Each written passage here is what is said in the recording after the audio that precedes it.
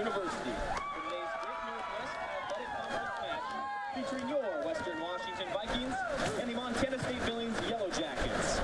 We welcome all of our fans to our Latine Heritage Month celebration here at Harrington Field. Prior to the start of today's 90-minute match, we will introduce the starting 11 for both teams, starting with the visiting Yellow Jackets.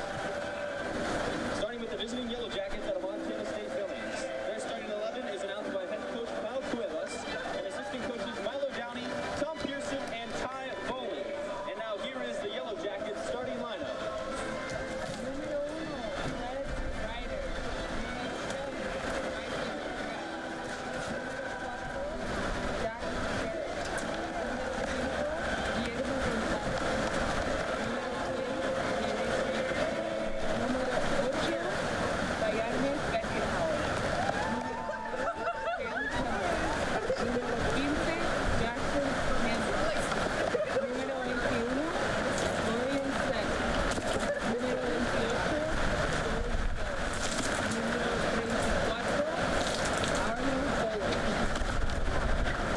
Let's hear it for the starting Yellow Jackets. And now let's meet the host Vikings of Western Washington, as announced by head coach Greg Brisbane and his assistant coaches Chuck Fitz, Matt Zagulis, and Kyle Langowski. Now for the Vikings starting 11.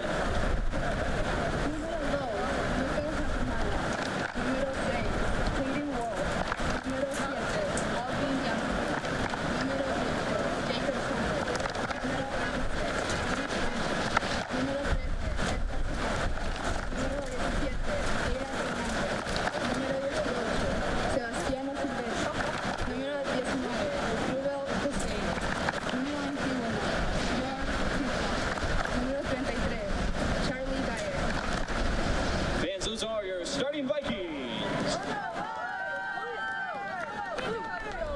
We would like to begin by acknowledging that we gather tonight on the ancestral homelands of the Coast Salish peoples who have lived in the Salish Sea Basin throughout the San Juan Islands and the North Cascades watershed from time immemorial. Please join us in expressing our deepest respect and gratitude for our indigenous neighbors, the Lummi Nation and Nooksack tribe, for their enduring care and protection of our shared lands and waterways. Now, fans, would you please rise if able and turn your attention to the flag to the right of the scoreboard for the playing of our national anthem.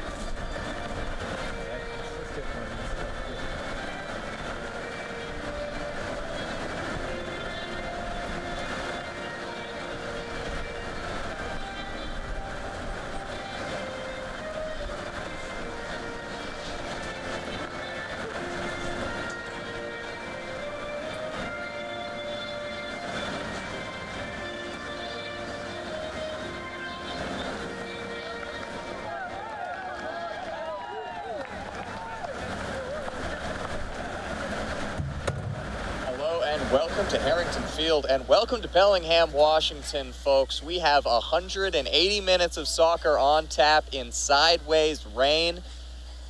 I am your voice of Viking soccer, Adam Race. I've been doing this for 3 years, and this is by far the worst I've ever seen it.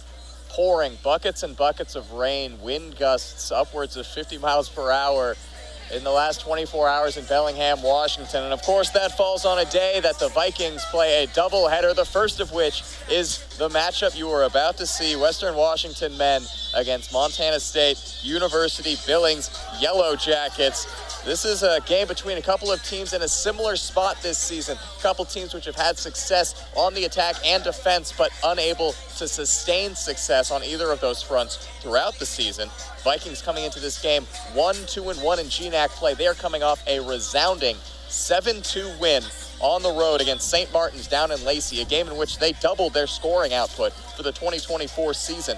MSUB, they're coming off a 0-0 draw on the road against Northwest Nazarene. This is their first road trip of GNAC play in 2024. They are 2-1-1, currently sitting fourth place in the GNAC. Defying expectations so far in 2024 are the MSU Billings Yellow Jackets. In the GNAC preseason poll, they were put second last in sixth place, but they have picked up some really good results. A 5-0 win against St. Martin's, beating Simon Fraser in an upset 2-0 result to start off GNAC play. Simon Fraser, a team which won the GNAC last year, as head referee Jallo Bubakar braving the weather, blowing the whistle, and we are underway. Vikings in the black jerseys, dark blue going left to right on your screen in this first 45. MSUB in the white. They are going to attack from right to left on your screen. Once again, I am Adam Race, your voice of Vikings soccer. Thank you very much for tuning in here to Vikings TV. We are pulling out all the stops to bring the coverage to you here on a, quite frankly, dreadful day in Bellingham on Western Washington University's South Campus, Harrington Field. Vikings coming off a recent road trip in which they, of course, were able to pick up that 7-2 win against St. Martin's. That was their first GNAC win of 2024, just looking to find their stride after a really tough opening schedule, which included a ranked Western Oregon team, as MSUB will drive down the left side here, working through Florian Senf. He plays it in, and now into the middle, across goal, an early opportunity, and that's a first-minute penalty kick. Billings are going to have a chance from the spot to make this 1-0 seconds after the opening whistle has blown. It was a little too much of a handsy defense on the far end. Jacob Sudberg and Krubel Testfe, the defenders involved over there, and the Vikings, who gave up a penalty in a 2-0 loss last time here at Harrington against Northwest Nazarene, immediately fall victim of the referee's whistle once again, and it's going to be Charlie Dyer trying to stop a penalty for the first time this year. The taker will be Guillermo Gonzalez, a all-GNAC selection last year, looking for his first goal of 2024. For the early opener, Gonzalez, the run-up, takes and scores. 1-0 Yellow Jackets, and we have just gotten started. A nightmare start for Western Washington, and on a day like this, you wouldn't be surprised to see a lot of goals going in. Tough for defenders, tough for goalkeepers. This could be a high-scoring affair. Both teams currently averaging over a goal per game. That, of course, highly helped by these two teams' results against St. Martin's. Each team beat the Saints 5-0. And Western Washington immediately are going to have to respond. Vikings have overcome a deficit once this season. It was on the road against rivals Seattle Pacific. It was a game in which they trailed 1-0 and 2-1, and both times found game-tying goals. Ended up drawing that one 2-2 down at Interbase Stadium in Seattle. Stands as their best GNAC result of the season until that win against SMU. Barely had an opportunity to talk about the two teams already. Gonzalez on the score sheet for his first tally of 2024 as Eric Bunnell tries to spring ahead. Vikings looking for a quick answer. Feeds it through to Janssen. Took a heavy touch into the thankful arms of the goalkeeper, the freshman Fred Reiter. Reiter, one of a couple freshman goalkeepers who have gotten starts for MSUB in 2024 under first season head coach Paul Cuevas. As Reiter blasts it long, about 3/4 down the field. It's headed back by Sebastiano Silvetti. Silvetti, a player who picked up his second collegiate goal in that win against SMU off of a corner kick. A tall, aerially dominant center back who has found success on set pieces, and finally in 2024 able to make good on that success. It was also off a set piece which he scored his lone goal of 2023. That was against Simon Fraser in Burnaby. So first shot of the game is the penalty kick, which finds the back of the net. And that'll go down as a shot by Albin Janssen, which was really more of just a heavy touch, which found the hands of Reiter. We do apologize. We're going to have some blindness on the broadcast here. This near side corner that the Vikings will be attacking into, hard for me or the camera to spot. We'll try our best to describe the action for you. Working through, be an understatement to say, some tough conditions. Bunnell He scored in the game against SMU. He lays it off to Sundberg. Sundberg puts it on the deck, into the middle, looking for Janssen. Janssen goes down, and that's a penalty. 3 minutes into this match, and defenders for both teams are having a tough time coping with the conditions. And the Vikings a chance to equalize. It'll be Quao Serrano stepping up. Quao, who had 2 goals and an assist against SMU.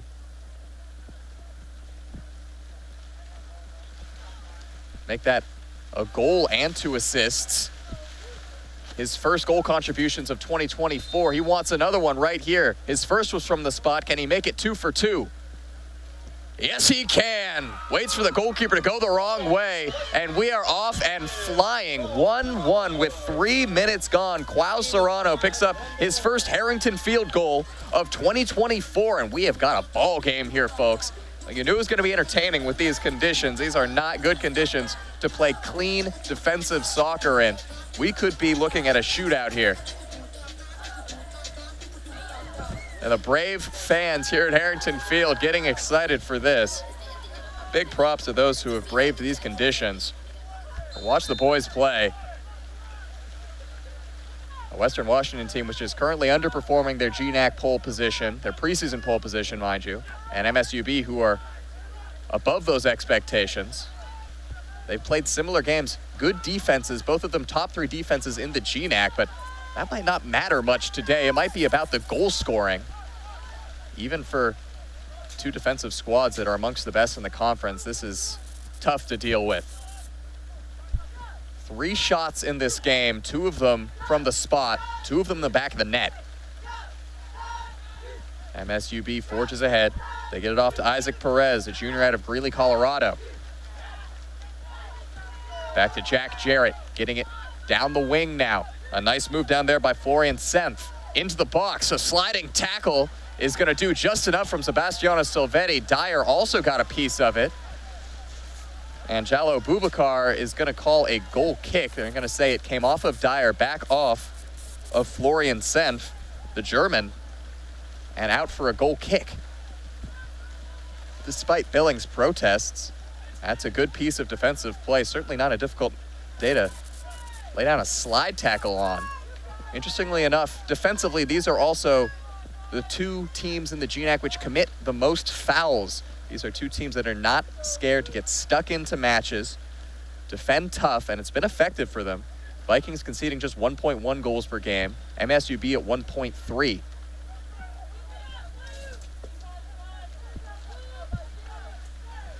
Vikings, who with that win against SMU, snapped a 5-game winless run, which included 3 losses and 2 draws as the wind starts to pick up in a major way.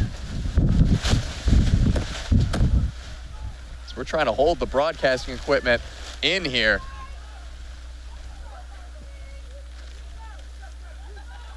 Folks, to be honest with you, I'm not sure if we're going to have all 90 minutes for this game or the last, but if we don't, we've already seen some action.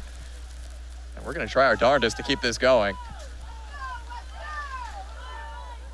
Wow, Serrano takes a hit after the pass, and he'll draw a foul.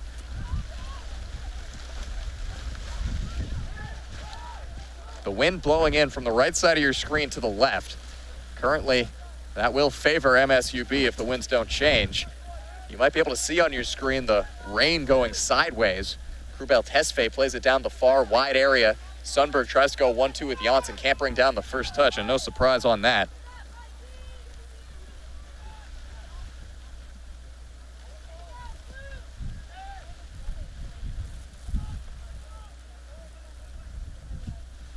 Now, to those watching at home, I would like to make it clear that I spent hours taking notes for this game on my laptop. I cannot use those notes. There's no way I'm getting a laptop up here.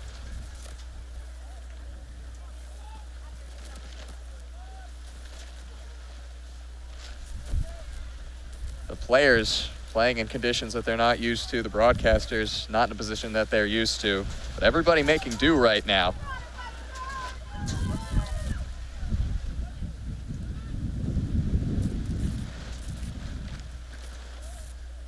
MSUB have a throw in the attacking third. It seems like every single attacking move from either of his teams has threatened a goal.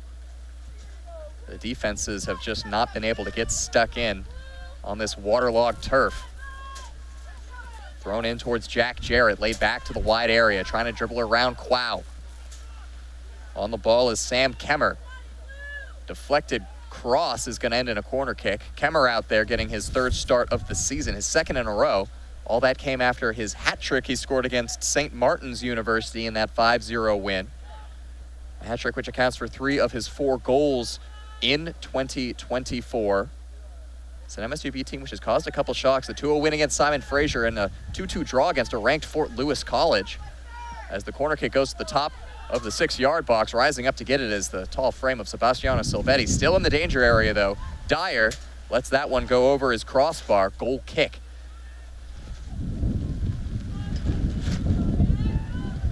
Vikings in their 7-2 win against St. Martin's were able to spread out the scoring. Only player with multiple goals was Andrew Roeder, who is not getting the start today. Roeder, who scored a brace in the last 2 minutes of the match to make it that lopsided 7-2 scoreline. Vikings led 4-0 in that game.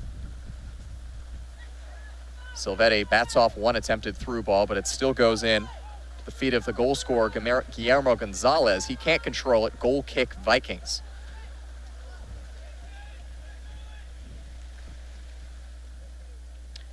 Western Washington men taking on MSUB in this 4 o'clock kickoff. Be shortly followed by a massive fixture. The Western Washington Viking women's soccer team taking on Simon Fraser in a top of the conference clash, which could have major postseason impact as a missed touch by Ryder gives it to Albin Janssen in the box. Chips it back in. Wall is waiting for it. Skips past the defense. Wall has space to shoot, and he sends it wide right and high. Caden Wall had all sorts of time right there. Maybe would have liked to see him try to bring that down and take it on a second touch. No defender in his zip code.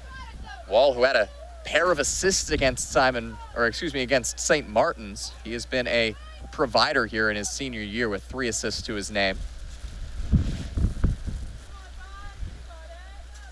Vikings leading point getter in 2024 is Albin Janssen, but in a different way than we've been used to seeing. He has been the finisher in past years, but in a more wide role this year, he's been the producer. He's got a boatload of assists to go along with a few goals. Working off that wing, he also drew a penalty kick, which Quao Serrano converted on the game against SMU last week. He also drew the penalty here today. Elusive player, one of the best dribblers in the conference. So tough to get off the ball and such speed. No wonder that he's getting fouled in the box pretty often. He's drawn a number of penalties this year. Isaac Perez battles to push it ahead. Pops out to Bunnell. Back to Quao. Quao launches one ahead for Janssen to run onto, just giving the striker a chance in a foot race. He can't win that one, though. Florian Senf has been very active down this left wide area so far in this one. 10 minutes gone, 1-1. Yellow Jackets and Vikings in an unorthodox matchup here. Goes into the middle, skips all the way to the far post, and sending it over is Bjarne Fedkenhauer. Fedkenhauer, the junior out of Ahrensburg, Germany, was all alone at the far post but couldn't keep the shot down. Charlie Dyer thankful right there as he watched it sail over the crossbar.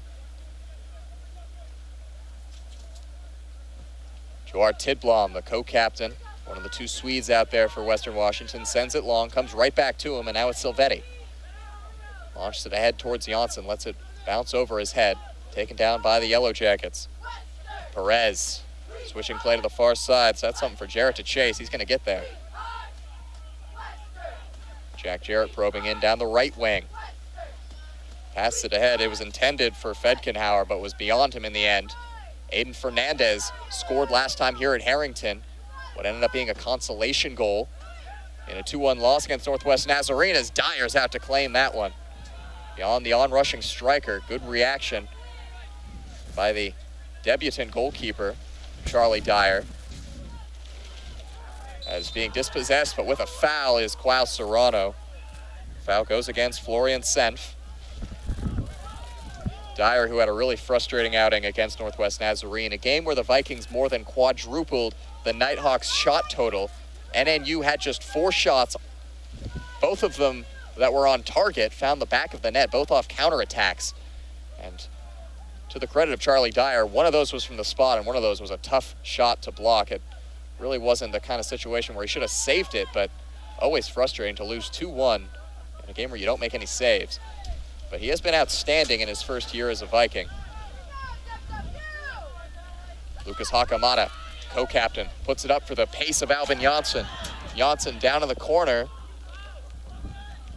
He's going to earn a throw-in. Hakamada down to take it. Hakamada and Janssen, the two players down there. Thrown in towards Hakamada. Aiden Fernandez with him. Janssen, as the clock is going to get stopped here, as Janssen received a push in the back right outside of the penalty area, close to being another penalty kick.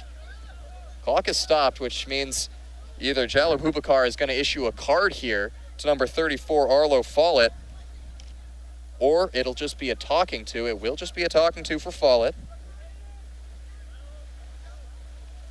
So it's going to be a free kick. I'm not sure if you guys can see this, but it's going to be a free kick just at the edge of the box here. Caden Wall to take, about the shortest corner kick routine you're going to see, right on that end line. It's a one-player wall for MSUB that Fred Ryder has set up to try to defend this set piece. Vikings have had a lot of success off of set pieces, due in large part to great delivery by dead ball specialist Caden Wall. He's on it here.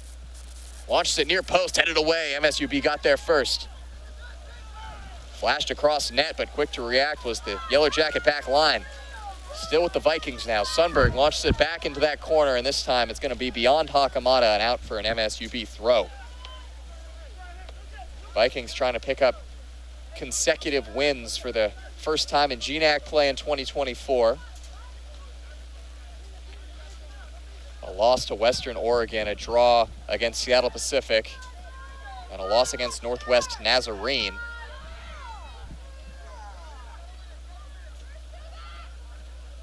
Vikings unable to collect the seconds there. But now they do head it back and away. Wow steps in, takes into the midfield. He's got Hakamada near side, but he leaves it for Caden Wall, and the Vikings will build from the back. Silvetti launches it long near side over the head of Hakamada. It's going to be tough for the Vikings to get good connection on really anything today. We already saw a couple of opportunities that have been sent wide from close range that the ball is slippery. It's going to be tough to get good contact, as that one popped up and hit the arm of Aiden Fernandez. Handball against him. Free kick, Yellow Jackets.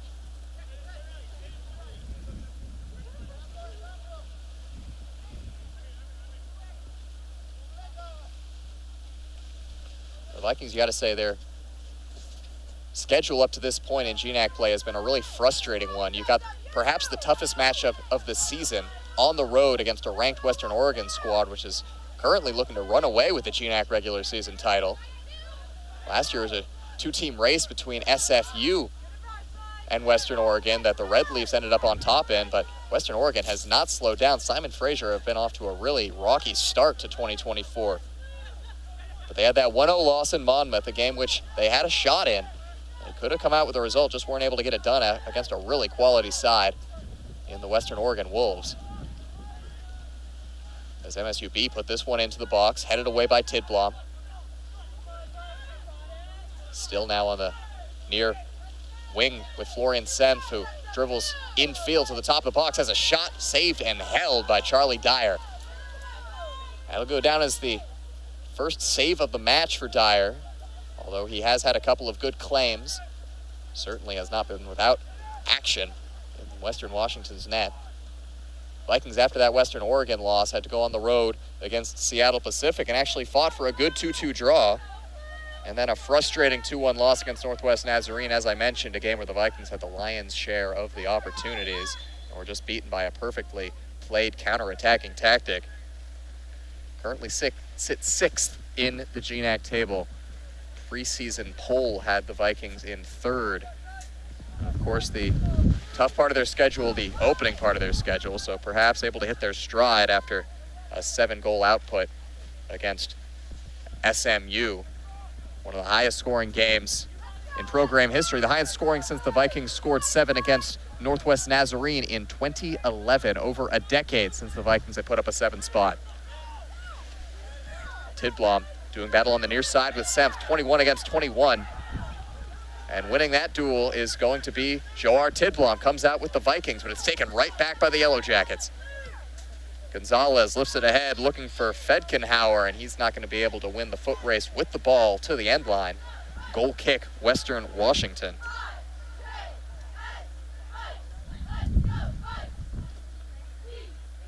MSUB, a team that started off their first game this season, a 3-0 win against Sul Ross State University. Got a draw against Texas International, and I mentioned that 2-2 draw against a Fort Lewis side was ranked 9th in the nation at the time. Silvetti collects that one and gives it away. To the feet of Fedkenhauer. Tried to work it through, but the pass was deflected. Gonzalez, good pass ahead, one-on-one, heavy touch. It was Rene Tello, who would have been alone against Charlie Dyer, but it slipped off his foot on a really good pass ahead by the co-captain, Fedkenhauer. That 2-2 draw with Fort Lewis College, you'd think that'd be a proud result, but MSUB is certainly frustrated with that one. That's a game where they led 2-0 with just a minute and a half remaining, conceded 2 in the space of a minute, ended up drawing 2-2. Could have been a marquee victory. Ends up as a marquee draw, but frustrating nonetheless. MSUB started that GNAC slate with a 2-0 win against Simon Fraser at home. An upset win and a good start to their GNAC life in 2024, but since then, they've had it a little tough, losing 3-1 to Western Oregon at home and drawing with Northwest Nazarene on Thursday, but they did pick up the 5-0 win against St. Martin's at home as Tidblom clears that cross away. Janssen goes down, advantage is going to be played, and now, it looked like Jalo Bubakar was about to stop play, but decided to keep advantage going. Vikings still haven't been able to make good on that advantage, as that one is just cleared in time by Arlo Follett, the freshman out of Salida, California, in the center back role right now, charged with marking Eric Bunnell.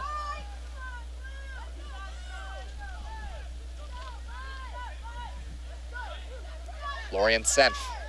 Senf tried to feed it through to Isaac Perez, taken away by Hakamata, who looks to spring the counterattack himself, goes down. He's told to get up by Bubakar. Albin Janssen steps in with an interception, plays it ahead to Bunnell.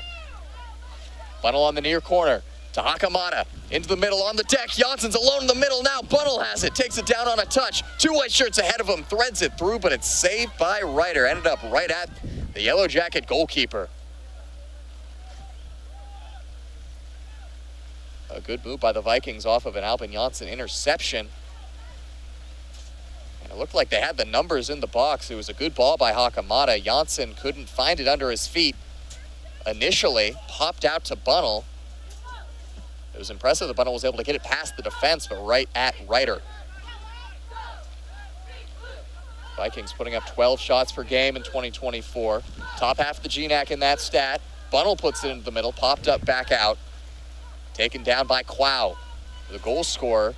His pass is intercepted on a slide by, I believe, Rene Tello. And out for a Yellow Jacket throw-in near midfield. MSUB, a team that, despite having one of the better defenses in the GNAC, are actually being outshot game to game. But they have one of the most consistent defenses in the current run in the Great Northwest Athletic Conference. Coming into this game, they had posted a couple of consecutive shutouts.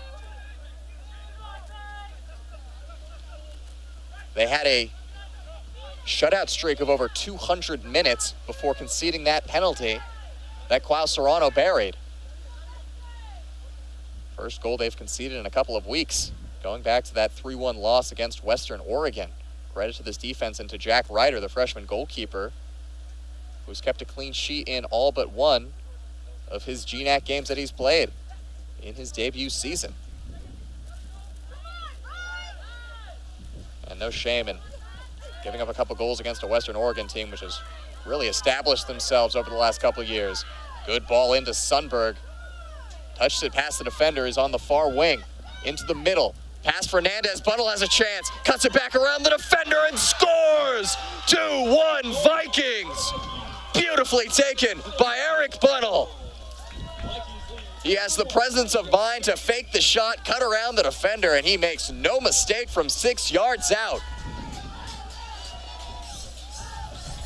The goal-scoring output continues here at Harrington Field. Vikings are not letting the rain dampen their spirits. 2-1 Western Washington. 24 minutes remaining in the first half.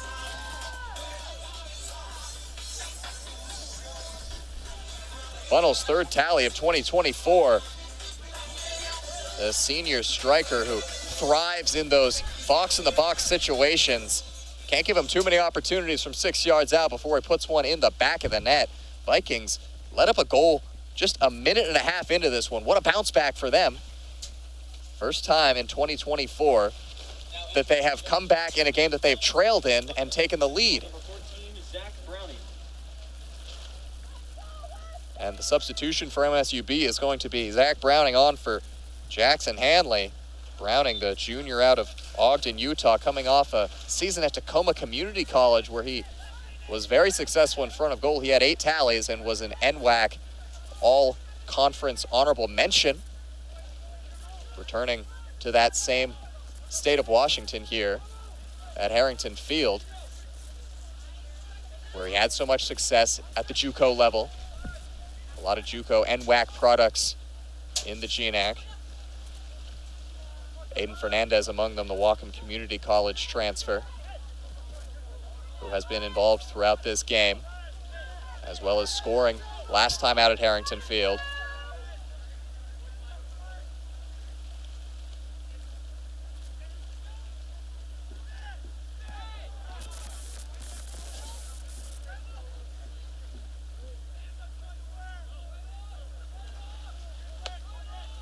MSUB, who are currently without their top leading scorer on the pitch at least, So Nagano.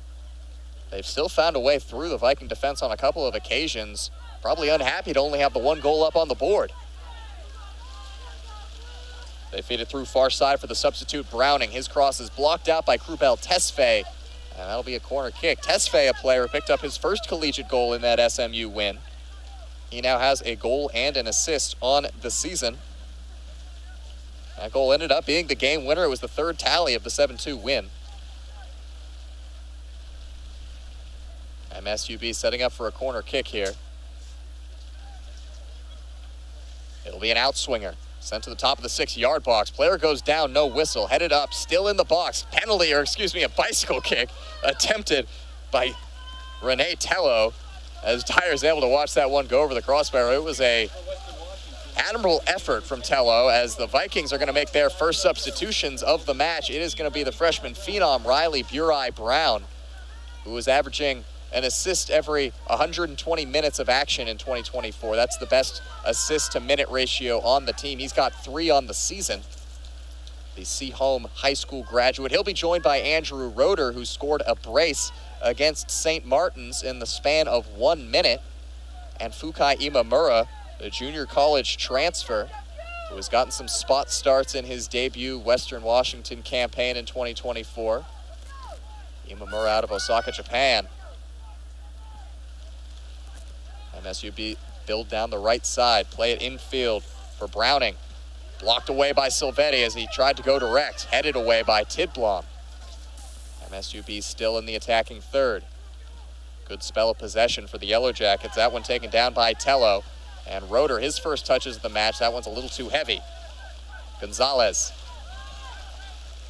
Senf has had success down this left wing. That time, though, tried to go inverted inside, and Silvetti shut it down.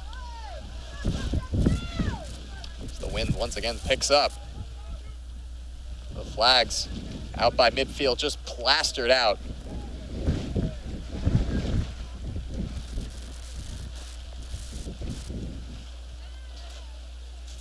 The only benefit of the weather right now in Western Washington is that it's not too cold. Hovering around 60 degrees would be nigh unbearable if it were also a chilly day.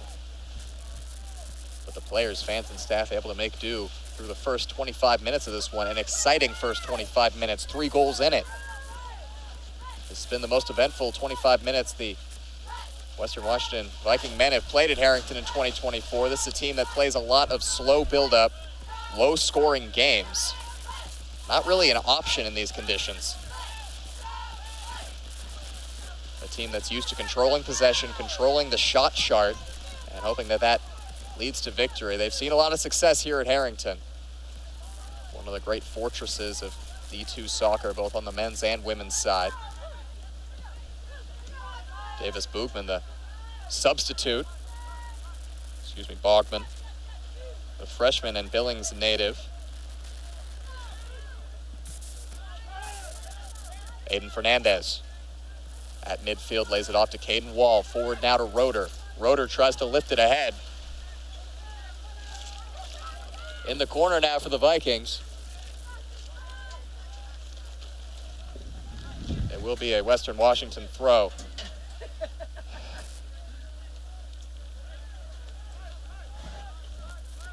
Imamura, his first attacking touches of the match.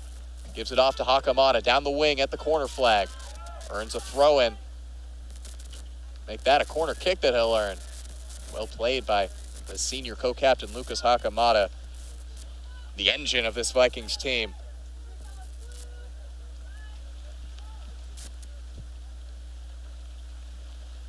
So it'll be a near side corner kick for Western Washington. Caden Wall over to take. Almost every single black shirt in the box. Top of the box, one away by MSUB. Joar Tidblom unable to win that duel.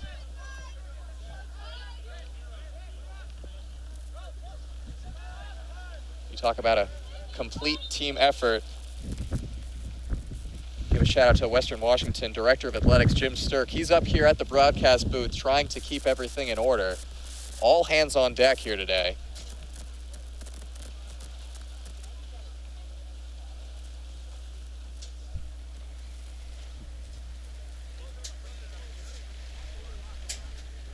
WWU cheer in attendance. They haven't had to work too hard to keep the spirits high. The fans who are here are boisterous. Substitution for MSUB. It will be the Yellow Jackets' leading scorer in 2024, So Nagano. He's got 5 tallies this season and has scored thrice in GNAC play. He had 3 consecutive GNAC games with a goal before being shut down against NNU in that 0-0 draw. Also scored on his Yellow Jacket debut in a game against Carroll College and in that game against Fort Lewis. Yellow Jackets have not spread out their scoring nearly as much as the Vikings, who have, I believe, 10 players who have tallied a goal in 2024. As Bunnell tries to break through a couple. That'll take a touch off the hand of Andrew Roeder.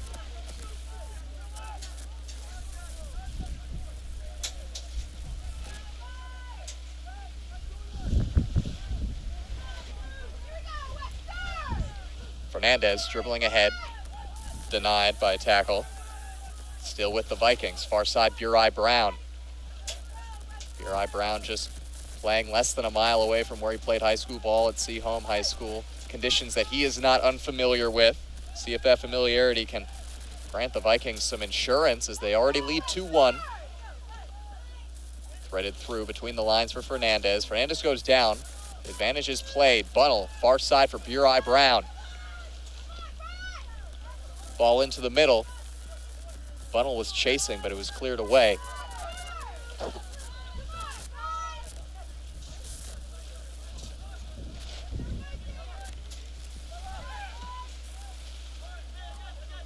Imamura, near side Hakamada. Inside for Roeder. Vikings looking to build something here. Bunnell has some space at the top. Lays it off for Burai Brown. Defenders come to the aid there at the far end of the box, are able to shut down that attack that was building. It was good interchange. MSUB trying to do the same with a long ball the other way, but Nagano loses the physical duel with Silvetti. One of the toughest players to win those physical duels with in the GNAC. 6'5", Sebastiano Silvetti, strong and fast as well. Part of what makes him one of the better defenders in the conference, an all-conference selection last year. As a redshirt freshman, now as a redshirt sophomore. Lucas Hakamada looking ahead, playing it to Wall as Ryder's going to come out at the edge of his box to claim. Play has slowed down a little bit after a opening 2 minutes, which gave us chance after chance, goal after goal. Looks like the teams have settled into it a little bit. It's not that the weather has gotten better, perhaps just getting accustomed to it.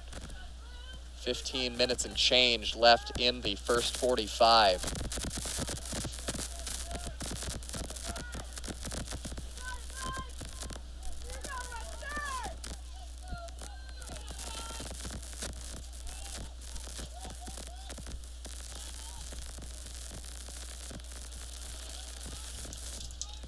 MSUB the first year under their new head coach, Paul Cuevas, after the departure of Aaron Champenoy, their previous head coach. Cuevas, who has served as an assistant for the last few years for MSUB. And that was a head coaching change that also led to 14 players leaving, make that 16 players. 14 of their 19 goal scorers from last year no longer on the roster, but they've still built something here, as Nagano is just below that one. It was a good ball in. Dyer had to go behind the striker to claim it, but it was well judged by Charlie Dyer. Impressive stuff under a first-year head coach and a fresh roster with a lot of debutants to pick up the results they have, beating Simon Fraser, drawing against Fort Lewis in a game they deserve to win, as well as beating St. Martin's 5-0. To be fair, a St. Martin's side which has just had a frankly dreadful start to 2024, winless through 11, conceding 5 goals per game. Vikings and Yellow Jackets both the beneficiaries of the Saints' poor form this year.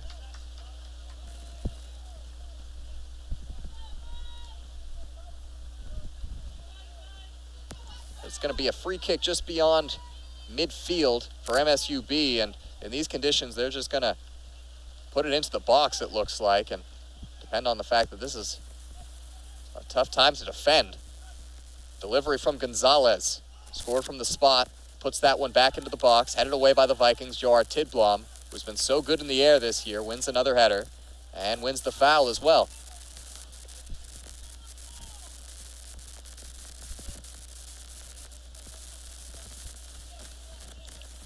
Cuevas said coming into this campaign that their standards are still high despite the fact that it's his first year, and it's hard to know exactly what to expect from such a fresh roster, but Cuevas knew he expected success, and relatively they've certainly seen it.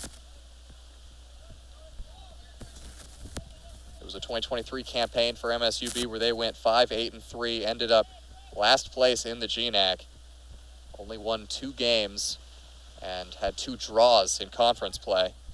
They did pick up a win against Simon Fraser. They've been a thorn in the side of perennial GNAC favorites Simon Fraser over the last couple of years, picking up a couple of upset wins.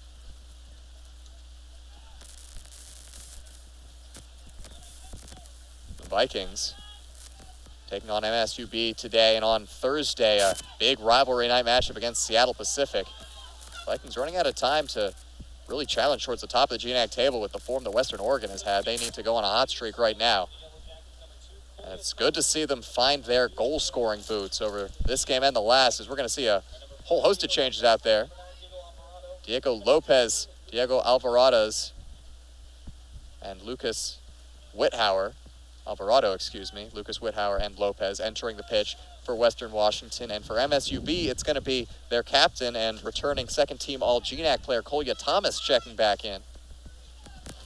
Thomas, who has been on limited minutes in 2024, made his debut in 2024 against Western Oregon after such a successful 2023 campaign.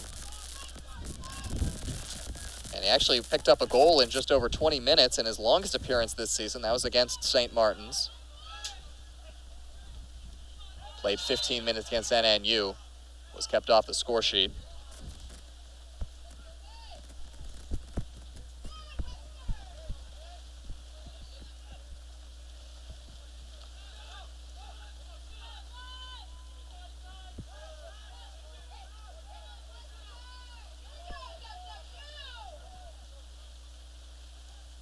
Fukai Imamura sends it long, headed down. One on the second ball by Andrew Roeder, lays it off to Quao. Far side, Burai Brown. Checking in for an early cross. The delivery is good to the top of the sixth, just over the head of Diego Alvarado. Chasing after it to keep it in bounds is the pacey sophomore redshirt freshman Whithauer, who is going to earn a corner kick.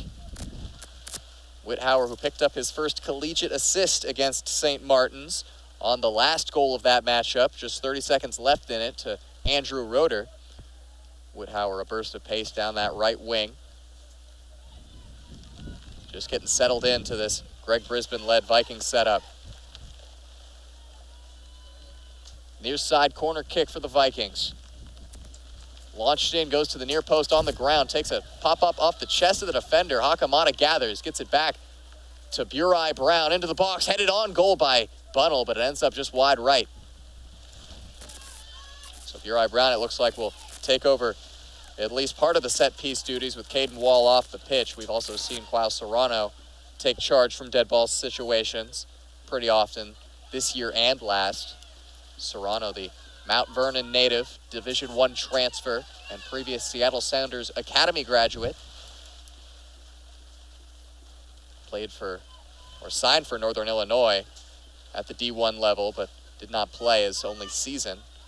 Returning with 4 years of eligibility to his home state last year, and ended up being one of the most dynamic midfield players in the conference. Looking to build on that in 2024. Already has a goal today from the spot, as well as having one last week from the spot against SMU to go along with a couple of assists. Player can do a little bit of everything. One of the more technically gifted players on this Viking squad. Dyer lays it off for Silvetti. Seba looks ahead. Cross midfield, flicked on by Bunnell.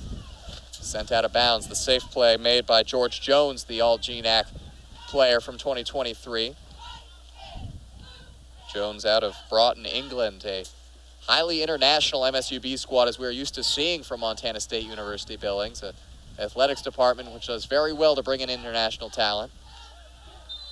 As a foul is going to be committed against MSUB, so it will be a Yellow Jacket free kick in their own defensive third. Stops the Vikings building up an attack. Under 9 minutes left in the half.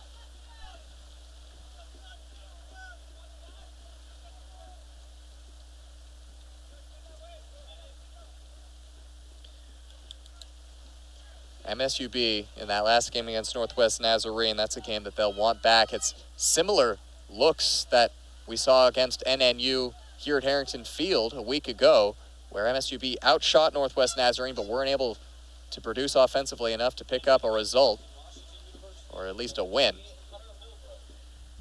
As we're going to see another young Viking enter the field.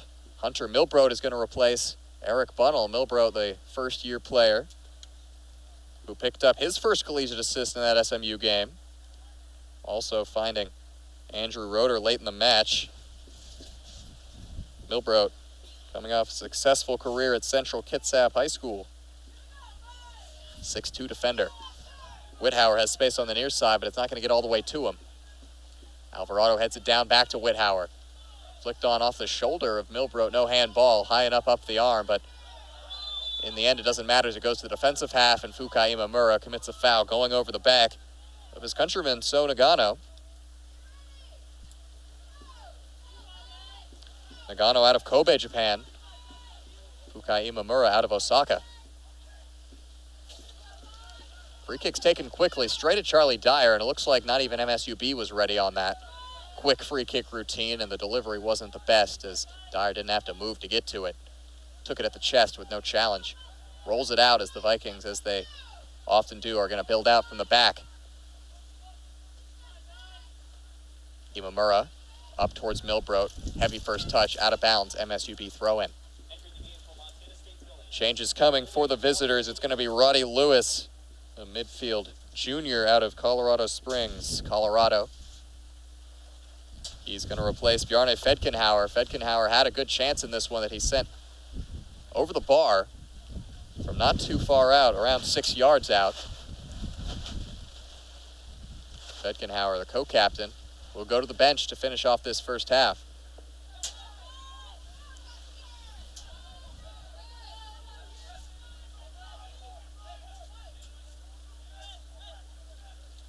Brogman. His through ball ends up out of bounds. Throw in Vikings. So Bunnell off the pitch after scoring what stands right now as what would be the game-winning goal, but we got a lot of soccer left to play here, and perhaps some more sloppy soccer in this wet condition, Harrington Field.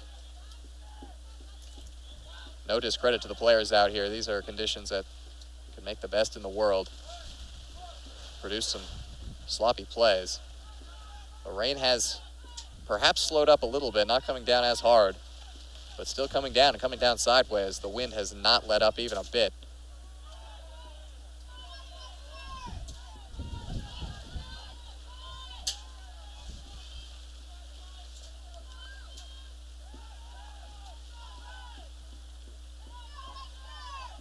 Silvetti off for Quao. Quao just lumps it ahead. Roeder trying to use his pace to get there before Kolya Thomas. He's able to get there just a second after Kolya Thomas and commits a foul. 5 minutes left in the half. These are two teams which have played solid enough defense for their goalkeepers to work very little. Dyer and Ryder, the two starting goalkeepers, have two of the lowest save per game numbers in the GNAC, and not because of low quality play, but just because it's tough to get through this midfield and defense for both of these sides and get a shot on goal.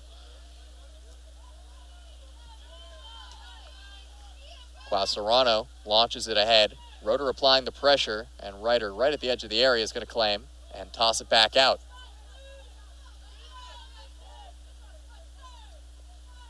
As Fukayama Mura there getting too handsy, a shove in the side. And he's going to get a talking to from Jallo Boubacar. We'll see if it's just a talking to or a yellow card. It looks like it'll just be a conversation. And credit to head referee Boubacar for not being too quick to brandish yellow cards in this match and just making sure the players understand what's going to fly and what isn't going to fly in his game today.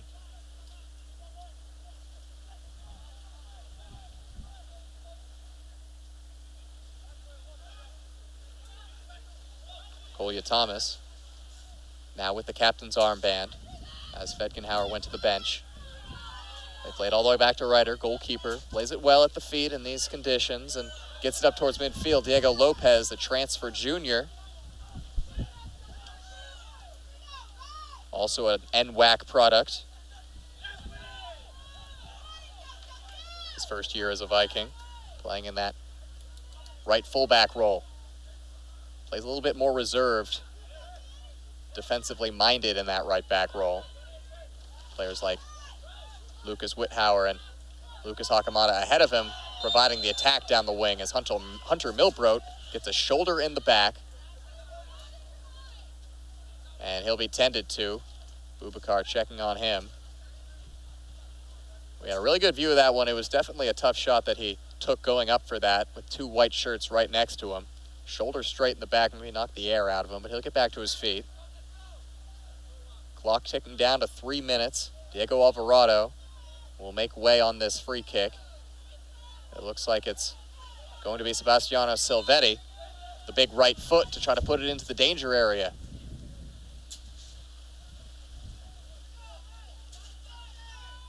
Silvetti gets into it. Good delivery, but headed away. Serrano tried to get it to Alvarado, but it skipped by his left shoulder. Took a high bounce on him. Yellow Jackets throw.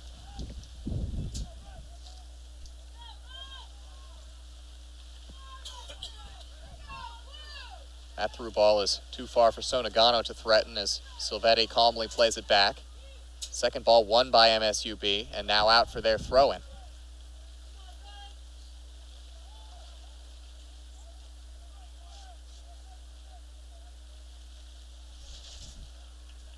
Credit to the Vikings, who have done a really good job of shutting down the Yellow Jackets, who had a boatload of opportunities early on in this match, and of course converting from the penalty spot. Western Washington defensive line has settled into the conditions, denied a lot of balls over the top, and won their one-on-one duels. As right there, once again, Vikings are going to come out with a successful defensive stand. Quao Serrano, certainly a tough shoulder-to-shoulder challenge, but a clean one.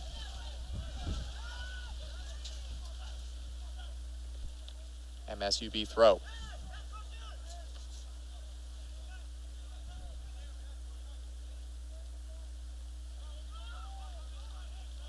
A long throwing routine here for the Yellow Jackets. They do eventually get it in. Immediately won away by Quao over the head of Sonagano. The pass ahead doesn't go anywhere. MSUB trying to end this first half on the right foot. Try not to go into the half trailing. Vikings, a team who are yet to win a game this year in which they've conceded the first goal of the match. They put themselves in a good spot right now as Riley Burai Brown goes down, no whistle. Jello Bubakar is letting these teams play right now. Trying to thread it through is Davis Bogman, but unable to do so there. Vikings maybe with one last look at goal. Lucas Whithauer outpacing Guillermo Gonzalez into the middle, left by Milbrodt, and now deflected out. It's going to be a goal kick. 30 seconds left. That might be the last action of the half. Fred Ryder racing to get this one out in a hurry. Maybe give one last chance to the visitors. He'll put this as far up the field as he can. And a strong right foot on Ryder. But the header is won by the Vikings, and second ball goes out of bounds, and Western Washington in no hurry here. That is going to tick down the seconds here in the first half. Well, these teams are putting on a show in the wind and the rain. 2 penalty kicks in the first 5 minutes, one converted by Guillermo Gonzalez, one converted by Quao Serrano, and then Eric Bunnell finishing off in the box to give the Vikings a 2-1 lead through 45 minutes here. We will return here on Viking TV for the second half of action in just about 15 minutes. Don't go anywhere.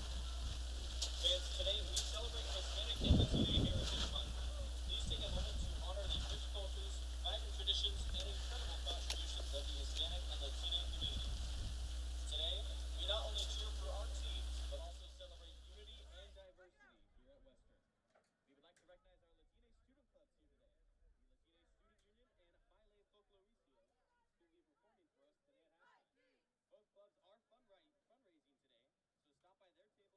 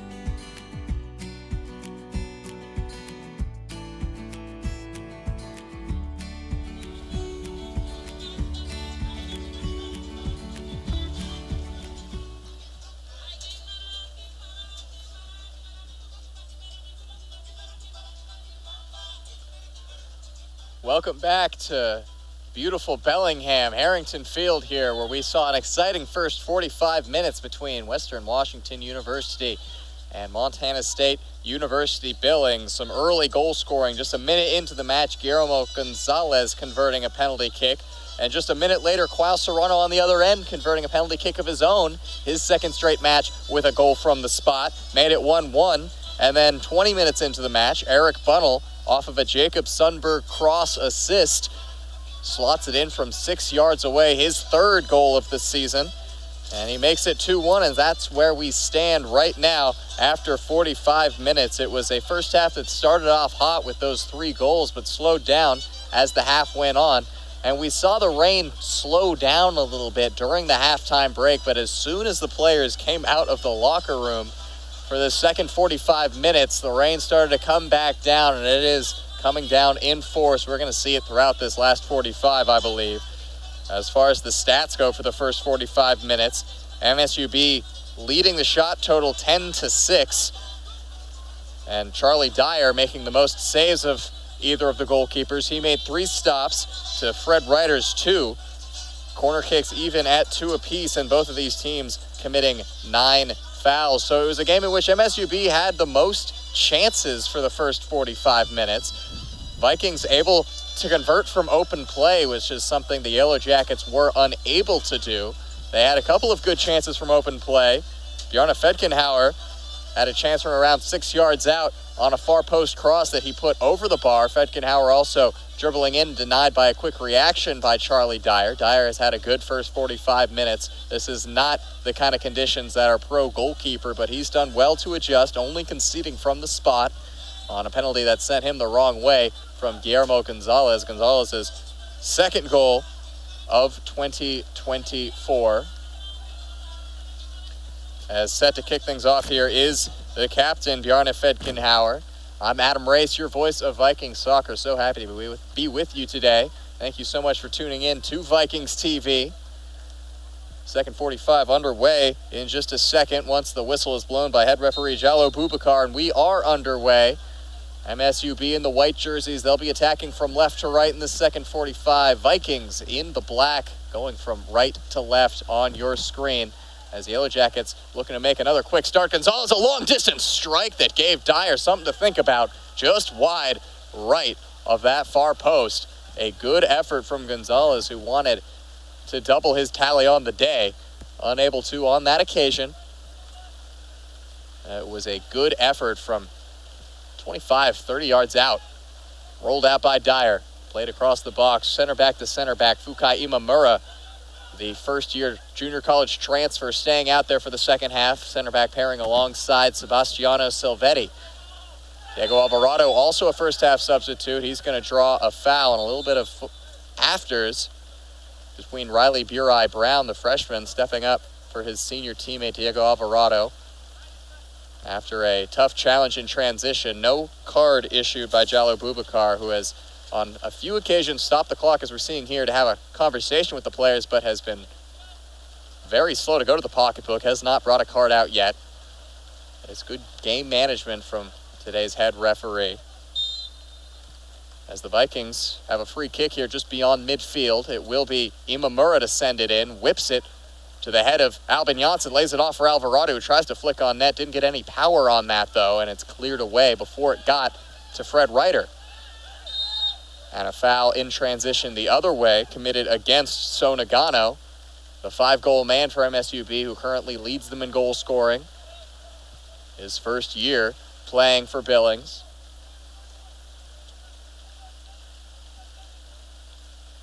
As it looks like we're having some technical difficulties here at the field. The scoreboard at Harrington Field going off for a second. I don't know if I've seen that before. Not extremely surprised here in these conditions. It has now come back on.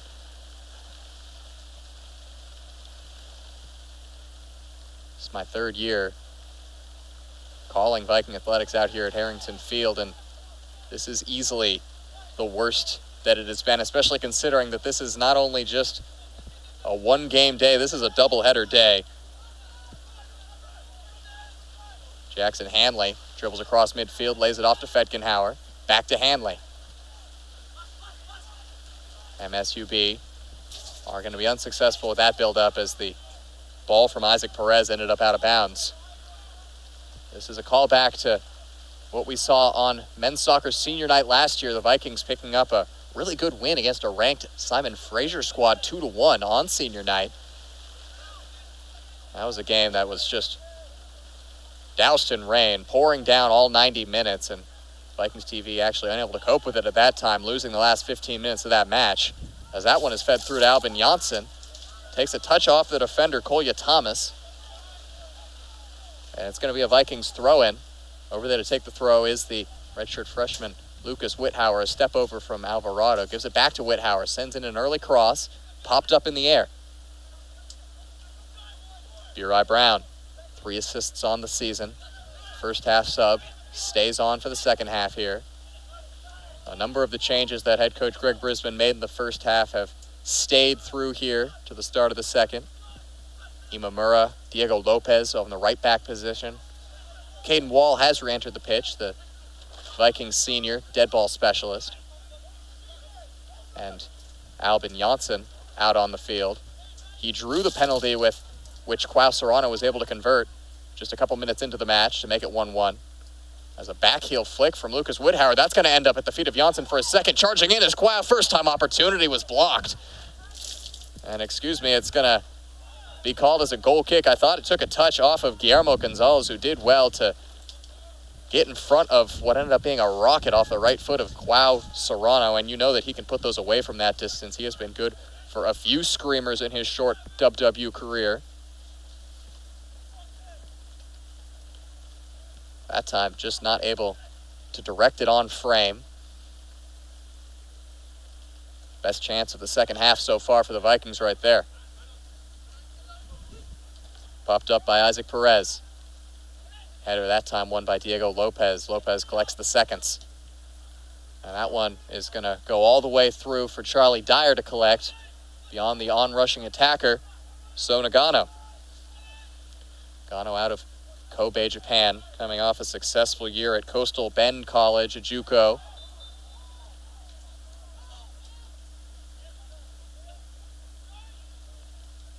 And Nagano immediately getting minutes as a Yellow Jacket, immediately producing on those minutes with the 5 goals he's scored in his debut. Janssen unable to hold off his defender. So it's won by MSUB, but given right back at the midfield, intercepted by Quao. Whithauer has Janssen ahead of him. Opts to go long into the middle, but nobody made the run. Easy claim for Ryder. Shots are still at 10-6 in favor of the Yellow Jackets.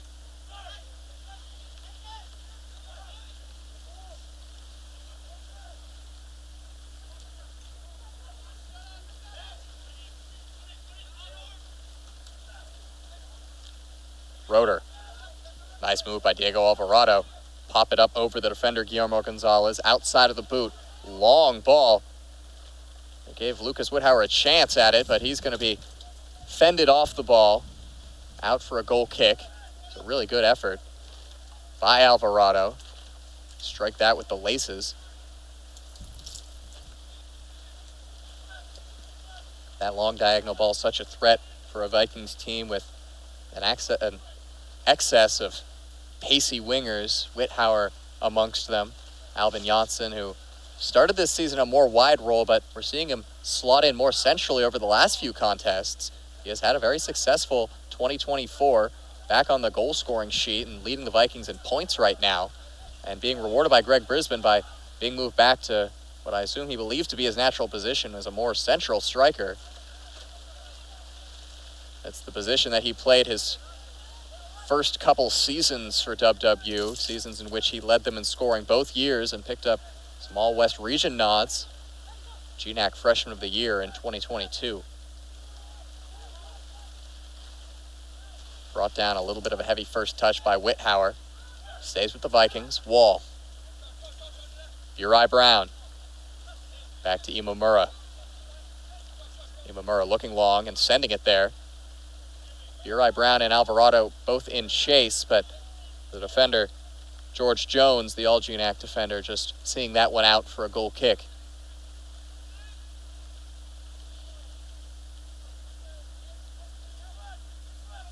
So good for an MSUB team that lost a lot of their attacking talent from 2023 after a head coaching change.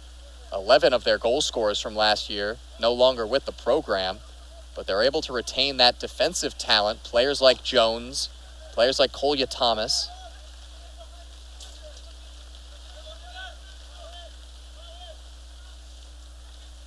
And it has paid off as they've been a defensively successful team, one of the best in the GNAC this season, conceding just 1.3 per game. Burai Brown wins it away shoulder to shoulder with Jackson Hanley and plays it around Hanley inbounds. Well done by Burai Brown. Wow, spinning away from a tackle. He gets it on a 1-2 from Alvarado. Back to Wall.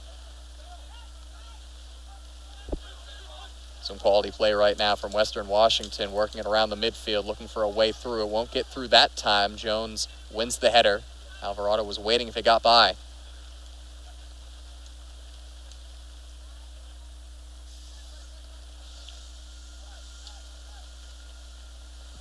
MSUB sitting third in the GNAC table. Vikings sitting in fifth. If these results stand, that will be a shift. Vikings will move up towards the top half of the GNAC table. The GNAC table, which is looking very pro-Western Oregon right now. An undefeated Wolves team, just their third year of existence. Alvarado goes down on the foul by Guillermo Gonzalez. Gonzalez unhappy with the call from Jallo Boubacar.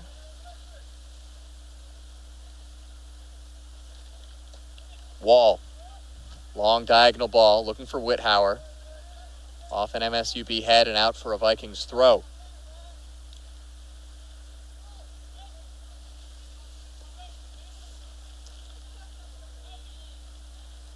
Vikings 4 home games remaining after this one. Seattle Pacific on Thursday.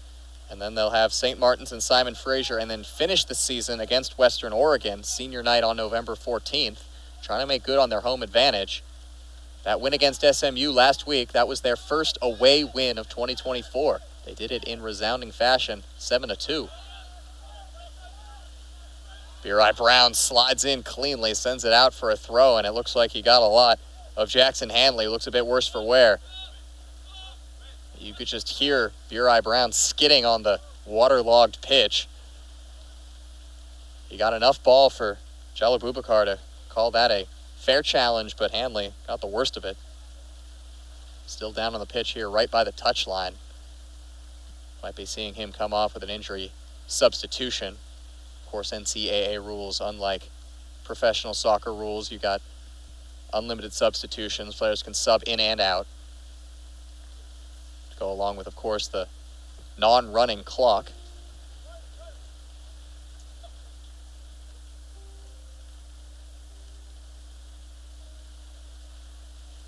As some smooth jazz rolls over the crowd here at Harrington Field from the loudspeakers as we have a break in play. Getting set to come on for Jackson Hanley. Looks like it's going to be Florian Senf. Senf, who had a successful start to this match, causing a lot of trouble down the left wing for Western Washington, as Hanley now does limp off the field. Hopefully he is all right. Senf, the freshman out of Rheinblick, Germany, who has been producing for MSUB in GNAC play. He has a goal and 2 assists. So that one is launched up towards us and out.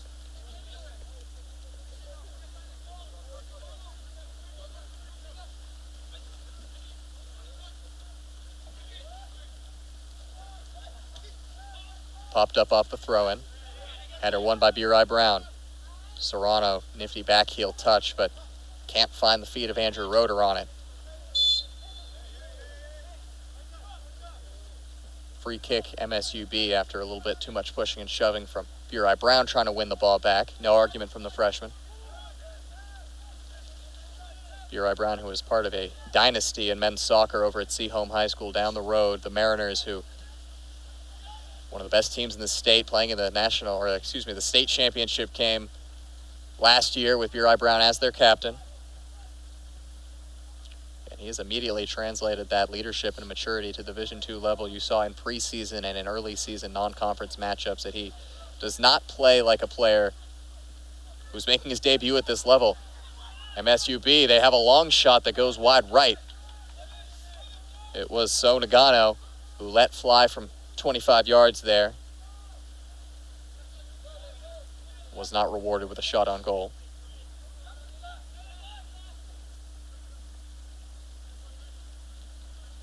Dyer lays it off for his reliable center back, Sebastiano Silvetti, but his pass ahead is given away on a hard touch by Lucas Withauer. Fukai Imamura cuts that one out.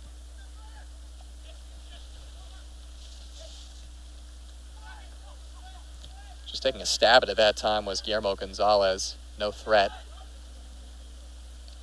As looks like a non-purposeful backheel there from Caden Wall, but it works out the same. Vikings recoup for a second, but the long ball is unsuccessful. Albin Janssen applying the press. Ball played out of the back by the goalkeeper, Ryder, and out of bounds. Skipped past his intended target, Jones. Vikings are going to have a throw-in down to that far corner.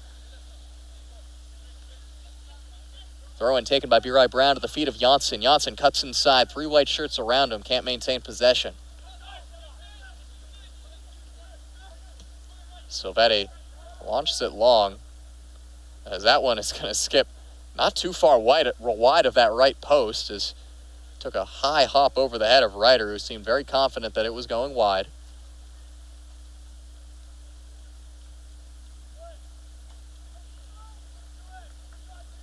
Silvetti, a player who got on the goal scorer's sheet for the second time in his collegiate career last week, off of a set piece. It was a Quausarano corner as Janssen has a chance to use the pace here. Takes a heavy first touch. It's going to be too heavy off the knee of Janssen. That's exactly the spot where the Vikings love to use the speed of Albin Janssen. A quick break, catch the opposition off guard. There is not a player in this conference who can beat Albin Janssen in a foot race. Not one that I've seen. When he gets in those spots, it's just so tough to defend, but slick conditions and unable to bring the ball down cleanly enough. MSUB now the other way.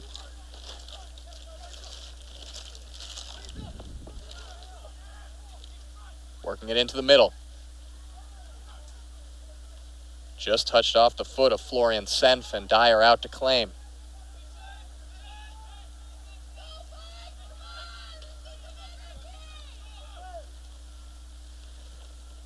It's a quick start to this second half, but has slowed down a little bit here. Both teams trying to find their way into some opportunities. Shots are still at just 6-11.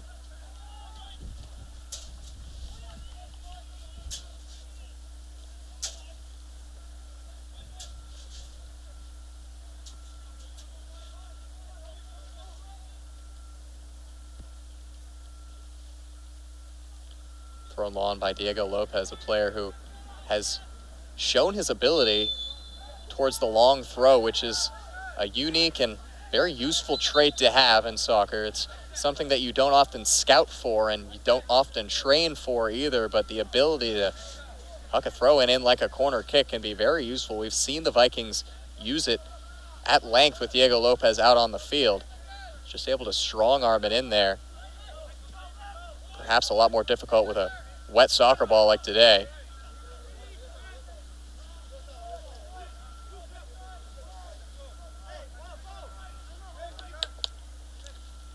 This one thrown ahead and headed down by Burai Brown. Diego Alvarado goes down on a challenge in the back from Guillermo Gonzalez, earns the free kick, stops the MSUB build-up.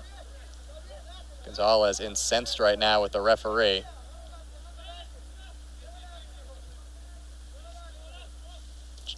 Jalal Boubacar, though, keeping his cool as we are under 30 minutes remaining here in the last 45 of the match. Vikings still holding on to the lead provided by Eric Bunnell. Flicked on by Withauer towards Janssen. Janssen just able to keep it in bounds, but it's taken away. And a neat touch down the line gives MSUB a chance to break here. Senf racing down the far touchline, now shoulder to shoulder with Janssen. Senf is the victim of a beautiful slide from Janssen. We've seen him shift back into a more defensive role over the last year or so, and some of that experience paying off right there, as that was a perfectly timed and executed slide. And it pays off because the throw-in went right to Diego Lopez, who's able to clear it further away.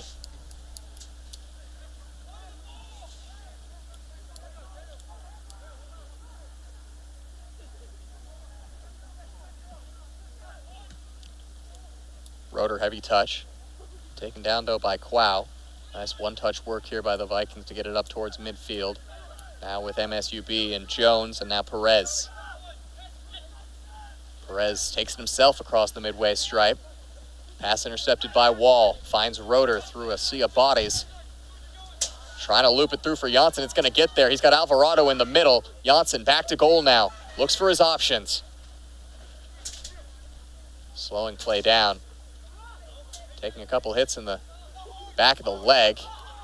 Still in bounds for the Vikings. They do send it in. Wall was the target. Jones won the aerial duel, though. And it's cleared away by Bjarne Fedkenhauer.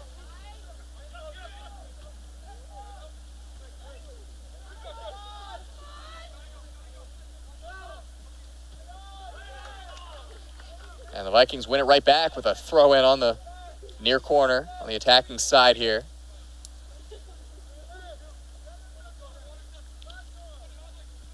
Uri Brown throws it into Alvarado, back by the corner flag. Tries to get past the defender, can't do so. Second ball pops out to Quao. Looping ball into the middle. Whithauer just a step behind it. It's a good idea by Quao Serrano on a ball that required just perfect placement, and it was just a little bit beyond Whithauer in the end. Jack Jarrett, who started this match, he comes onto the pitch.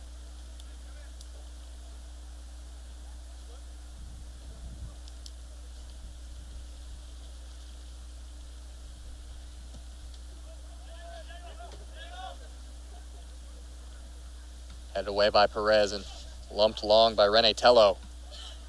Right back the other way by Lopez. Flick towards Andrew Roeder. Out of bounds, MSUB with the throw.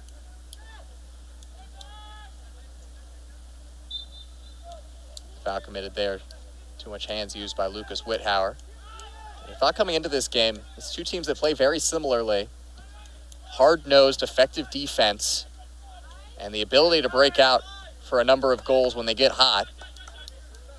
The weather seemed to be the great equalizer through the first 15 minutes, but as the players and the squads have settled into this one, it's more what I've been expecting out of this match, which is a hard-nosed back-and-forth defensive battle. It's going to come down to who can convert, but the Vikings, of course, with that 2-1 lead already, as Whithauer has a shot from distance parried away. Ryder did just enough right there to deny Whithauer. Earns a corner kick, though. As we're going to see a trio of subs for Western Washington. It'll be the co-captain Lucas Hakamada, senior Jacob Sundberg, and the goal scorer Eric Bunnell coming back in. Riley Buri Brown, Lucas Whithauer, and Andrew Roeder will go to the bench. So a couple of younger players on this team, and the experienced Andrew Roeder will go to the bench here with 26 minutes remaining. Vikings have a corner kick at the near side. As the whistle blew right before that one was taken, as there was pushing and shoving in the box, you could see the players calling for the referee's attention. He's just going to talk things out, make them retake the corner. I believe it is Quao over on that corner. He's going to be hitting an in-swinging ball here. Vikings gathered at the far post as a shove puts a Viking player on the ground nearby that far post. Bunnell was put on his backside, and he might have gotten a bit of the bar as he went down. Clock is stopped at 25:08, and directly after the referee pleads with the players to calm down in the scrum to get position. Bunnell takes a shot and goes down. You could see the post vibrating as he did go down. Hopefully, Bunnell no worse for wear. Looks to be a little bit shaken up. Bunnell, of course, one of the main targets for this corner kick routine, a big target man. He is back up to his feet. Looks to be holding that left arm in a bit of pain. But he will play on, just taken on to the pitch. As Bunnell still in a physical battle as the ball goes on the ground at the near post. It was intended for Bunnell, but reacting first was Jack Jarrett, the substitute. As Bunnell is going to get a little too much of that ball, it's going to go for a goal kick as he couldn't do enough to keep it in bounds. Goal kick was taken quickly, but we're going to have some substitutions before that. It will be for the visitors. Now entering for Montana State Billings, number 34, Arlo Follett. It is Arlo Follett. Started this match, the freshman of Salida, Colorado origin.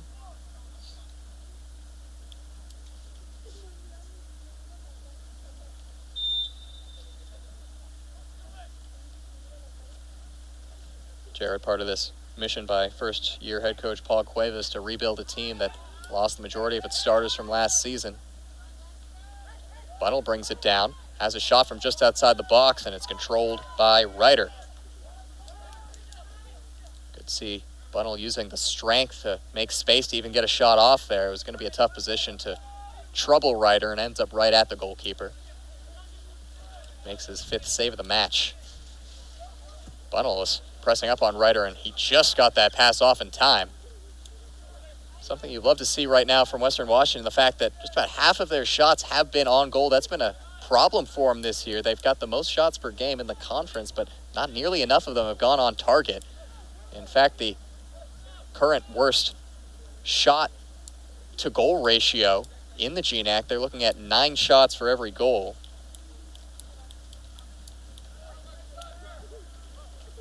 And if they can improve that conversion combined with a top 3 defense in the conference, then they are a team to be respected. Already coming into this season with the respect of a 3rd place vote in the preseason poll.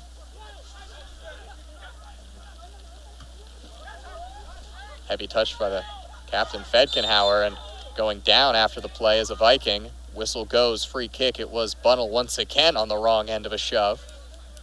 And you come into this one, these are the 2 teams in the GNAC who commit the most fouls. They are not afraid to play physical, and we have seen that in this game. It's been well managed by head referee Jallo Boubacar, who has yet to brandish a card despite the physical play. Quao Serrano trying to curl this one in with the right foot, put it on the head of a Bunnell or a Silvetti. Making the short run is Diego Alvarado, but it does go to the top of the 6. That one's going to end up too close to Ryder, comfortably claims. Too much bend on it in the end as Ryder didn't get a lot of that one. Skied it straight up in the air.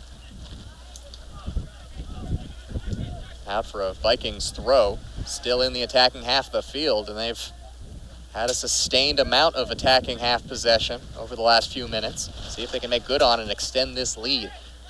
Getting insurance is something they haven't done very well this season. Outside of that SMU game, it's been a lot of 1-goal differences in their results, and unfortunately they've ended up on the wrong side of a lot of those crucial 1-goal results. All 3 of their GNAC losses this year have been by 1 goal.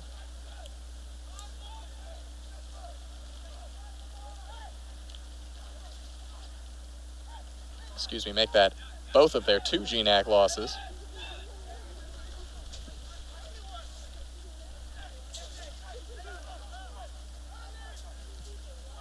That's in the box for MSUB, flicked up by Diego Lopez as he did just enough.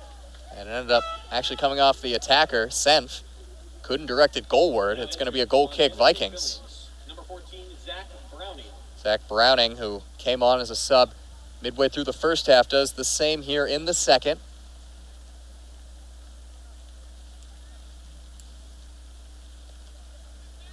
Dyer plays it short. Near side corner, Vikings trying to break out. Sundberg.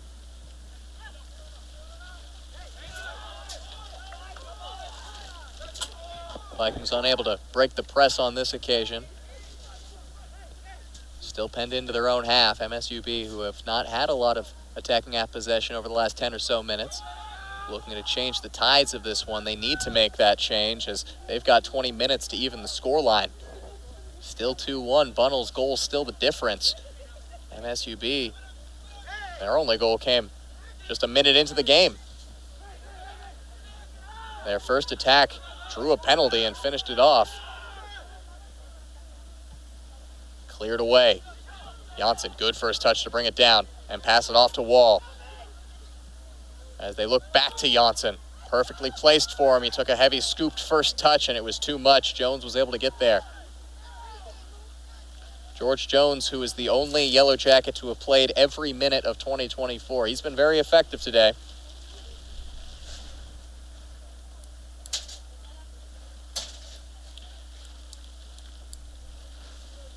Vikings, who are close to evening up that shot chart. They were 5 behind the shot differential as we went into the break, but now it's 10-11 in favor of MSUB. Of course, none of that mattering as long as the score line still stays 2-1.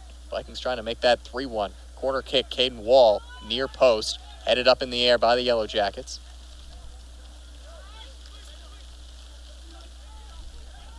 Wall. Early ball that he mishit. Ends up at the top of the box. No Viking able to even challenge for it.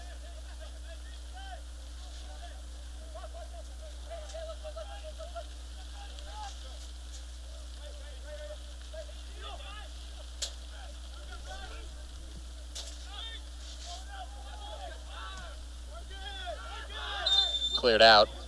Foul.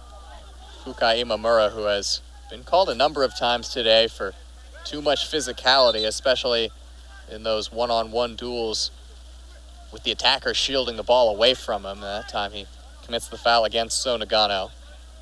MSUB take the free kick short and back. Breakout pass intercepted by Caden Wall. Just kept in bounds long enough for Hakamata to win it away. Wall looks forward, looking to spring Bunnell, who couldn't get his run off.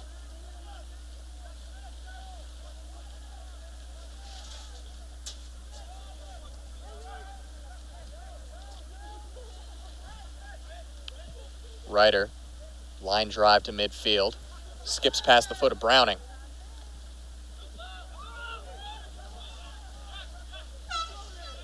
Out of bounds, Vikings throw and Vikings substitutions incoming. It's going to be Aiden Fernandez. Started this match and was on the score sheet last week against Northwest Nazarene. It's also going to be Johar Tidblom, the junior co-captain, coming in. And Krubel Tesfaye coming in, so a couple changes in defense for the Vikings. Fukai Imamura will stay out there. And it looks like Sebastiano Silvetti is going to take a seat, something we have seen very infrequently in his 2 seasons as the Vikings leading center back.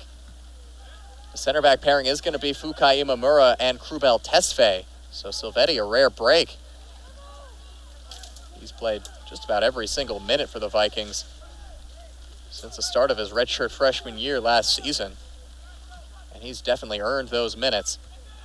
Krubel Tesfaye, who's played a lot of those next to him, has also been excellent in his 1.5 seasons. And Tidblom, who's been a bit of a utility defender, he'll slide into the other center back role. Bunnell, couple step overs, top of the box, trying to go far side. Lucas Hakamata has space. He winds up and shoots, parried away and collected by Ryder. A good opportunity and a solid strike by the co-captain Hakamata, but couldn't beat Ryder. Shots even now at 11 apiece. 6 saves in the match for Ryder. He's been very solid. The only goals he's conceded have been from the spot and from an Eric Bunnell chance from just about 6 yards out that he did not have a good opportunity to get hands to.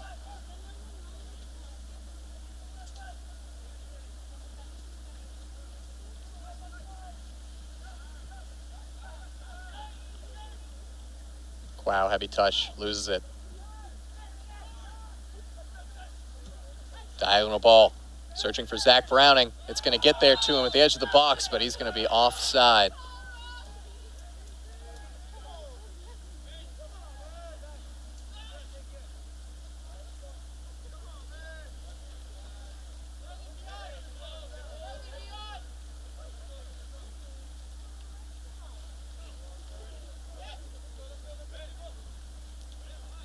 Dyer set to take the free kick off the referee's whistle. Back spinning ball up towards Bunnell. Can't make contact with it. Janssen applying the pressure.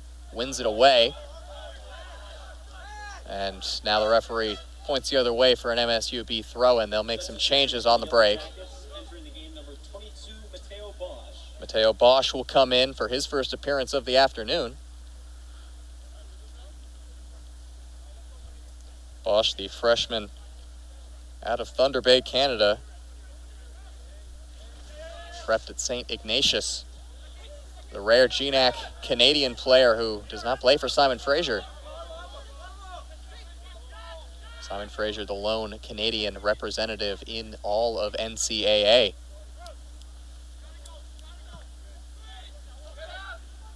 As Sonagano almost had a step there on Gerard Tidblom, who did excellently to adjust, get himself between the ball and the attacker, and win the free kick. It's just what you want from the junior co-captain out of Norrköping, Sweden.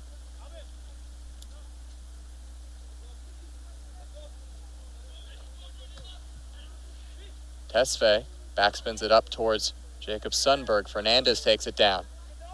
Fernandez trying to get it back to Sundberg. Does find him. Quick cross in is deflected out. That's going to be close to a corner kick, and it will be a corner. Right down by that corner flag. Vikings, who had 15 corner kicks against Northwest Nazarene and were unable to make good on them, have had similar difficulty today. Janssen, it was a free throw in the end. He got it off the free throw routine and put it into the box, though. A foul is committed by Hakamata. Vikings have slowed this game down, which might be what they want to do with the lead.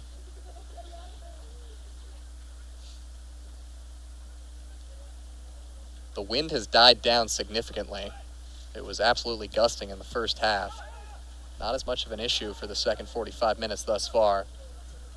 And that is certainly going to help the defense and the Vikings and the goalkeeper Charlie Dyer in trying to see this one out.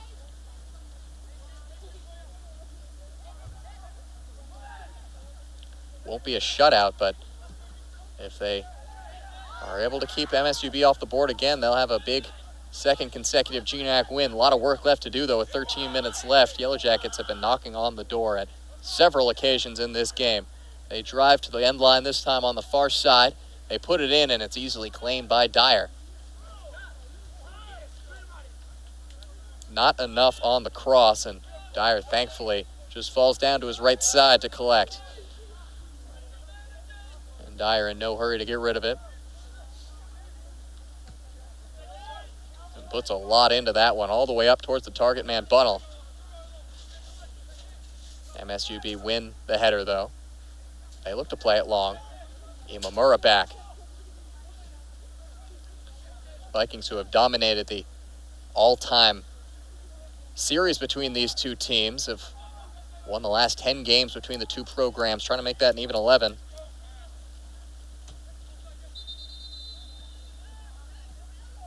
Clock is going to get stopped right here by Jello Boubacar, as he's going to have another conversation with an MSUB defender back there. I believe it's Jack Jarrett.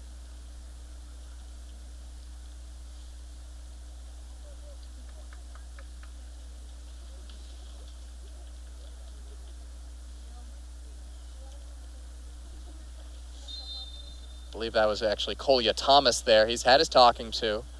Everything's settled out. Clock restarts at 11:45. Headed out, Vikings throw in.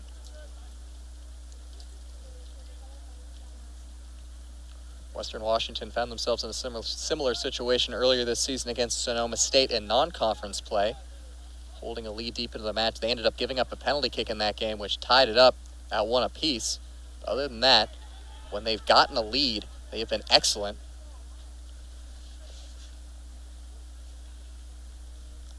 Have not lost a game in which they've held the lead in 2024. Janssen goes down. Wanted the whistle, didn't get it. Goal kick substitutions incoming. And they will be for the visitors. Number 8, Biama Fetkenhauer, as well as number 10, It will be Biama Fetkenhauer and Ryan Hanley coming in.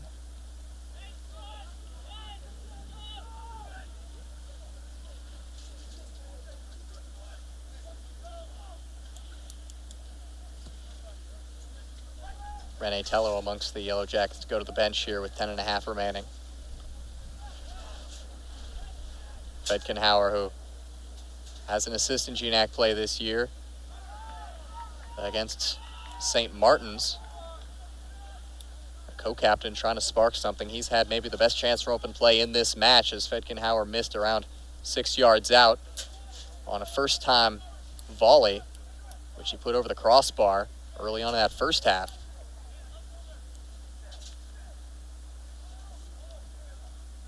The throw-in marches the visitors up the pitch a little bit more. Vikings throwing more and more numbers behind the ball right now, perhaps trying to see out a result. Back line of Tidblom, Imamura, Sundberg, and Krubel Tesfaye as a long throw all the way to the top of the 6. Pops back out. Hakamata goes down, and that is going to end up drawing a whistle. The long throw routine came from Kolya Thomas, one of the captains on this team.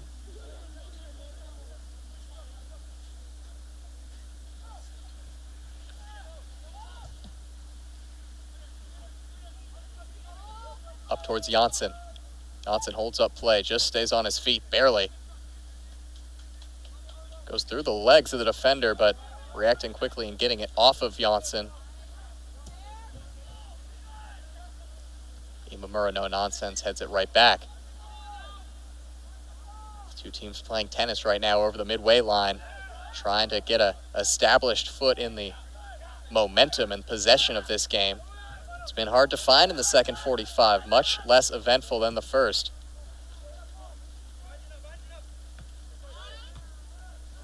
Only a couple really quality chances we've seen so far in the second half, as Imamura is forced to clear that one out with on-rushing, pressing attackers. Wall flicks it back for Sundberg. Lifted up far side. It's going to be Florian Seff and Lucas Hakamata battling for it. Hakamata clears it and keeps it in bounds for Albin Janssen. Back to Hakamata. Long ahead, Aiden Fernandez is making the run. It's really well weighted. Caught in two minds of the goalkeeper Ryder. Now back to his line. Bunnell was in the middle, didn't get to him. Chasing it in is Janssen, has a shot just wide.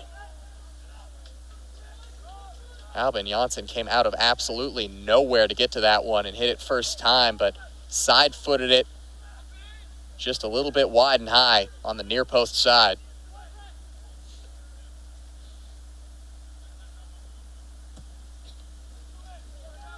Ryder. That one got caught up in the wind. Still blowing right to left on your screen as Janssen wins a duel and comes up with it. His shot once again is over the bar. Janssen back-to-back opportunities that he's skied. He's been so consistently converting in 2024. So good to see after a difficult 2023 where he had a lot of shots without production, but a frustrating couple minutes for him right there as Jar Tidblom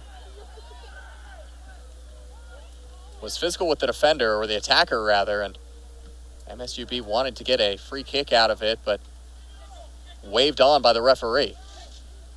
Fernandez, 3 white shirts around him, gets a kick in the back of the leg, goes down with the whistle. 7 minutes left for the Vikings to hold on for their second consecutive GNAC win.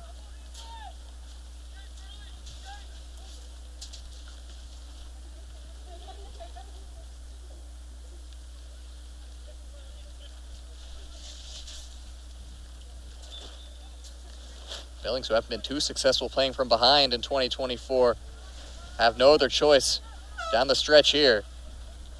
Find an answer, find an equalizer, Number 6, Renee Tello. or leave Bellingham with a loss, as Renee Tello, who just came off the pitch, will come on to replace Guillermo Gonzalez. That's an attacking substitution by Paul Cuevas, and nothing else to do at this point in the match besides throw players forward. This top line right now is looking like 4 dedicated attacking players for MSUB. Just a 3-man back line.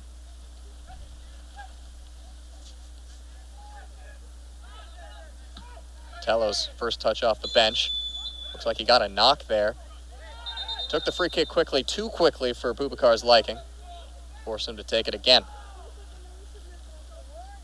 So they'll have a more slow, composed windup to this free kick, certainly in a distance where they can put it into the box. The clock is ticking right now as Dyer passed that one back and it got beyond MSUB. They need to act quick, and just about everything right now is right there. Quao Serrano threw a shoulder into the chest of So Nagano, and we've got a little bit of pushing and shoving here between these two teams. It's been a chippy match. And this is the kind of match where both teams feel that they can come out with a result. And with the opportunities that each squad has had, they each have reason to think they deserve a result. Some of the frustrations perhaps coming out of a long, wet 85 minutes we've played so far. Everything broken up, no cards brought out by Boubacar.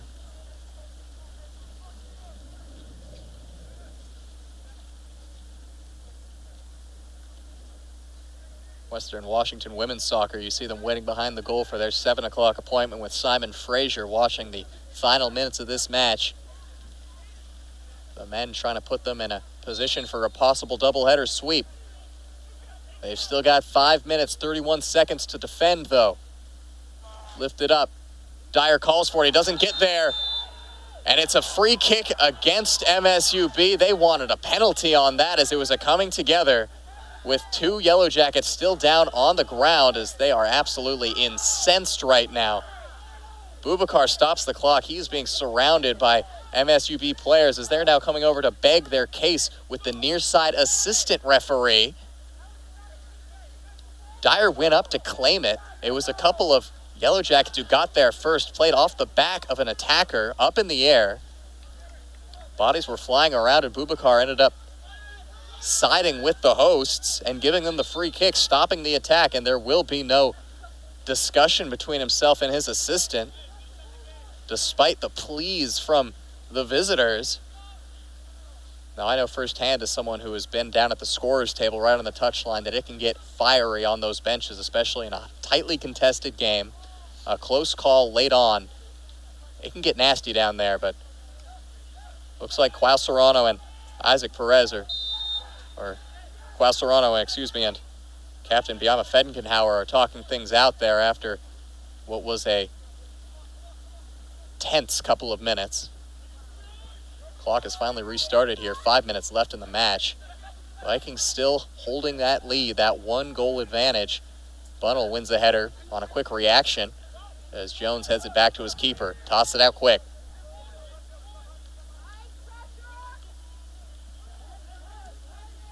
A mistouch there by Fedenkenhauer, but it ends up at its intended target, and Tello. Pass ahead is deflected and intercepted by Sundberg.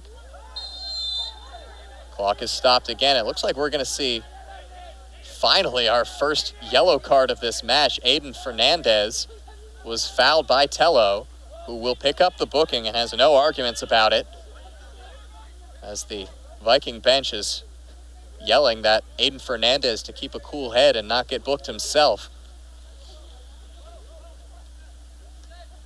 Fernandez, a very experienced player on this team, a senior. Didn't look close to losing his head there. As now, Jalil Boubacar is making his way towards the near side to discuss with his assistant as well as the technical areas and the table. In discussion right now with Greg Brisbane. He will come back out and restart play. Clock at 4:42 restarts on Joar Tidblom's kick. Up towards Bunnell. Flicks it up.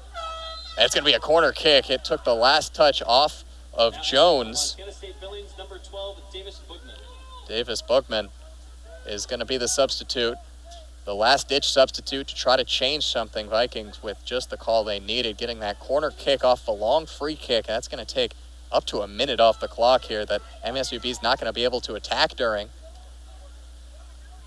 Just a narrow 13-12 shot advantage for the Vikings, but they have converted better. They're the only team to score from open play.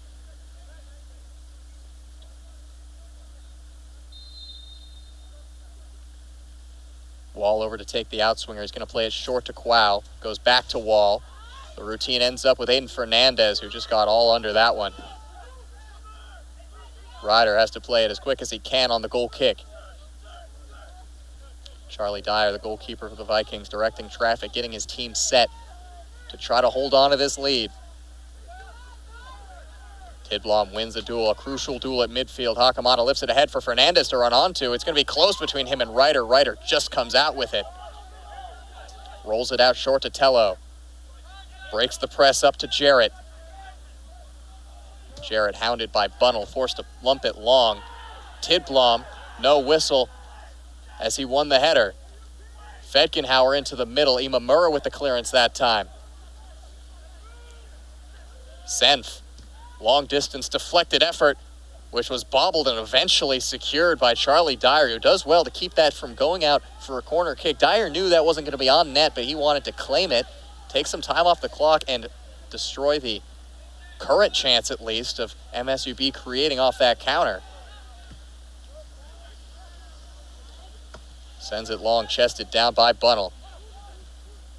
Bunnell can't control it on his third touch, though. Tesfaye brings it down off the thigh and clears it back, no nonsense.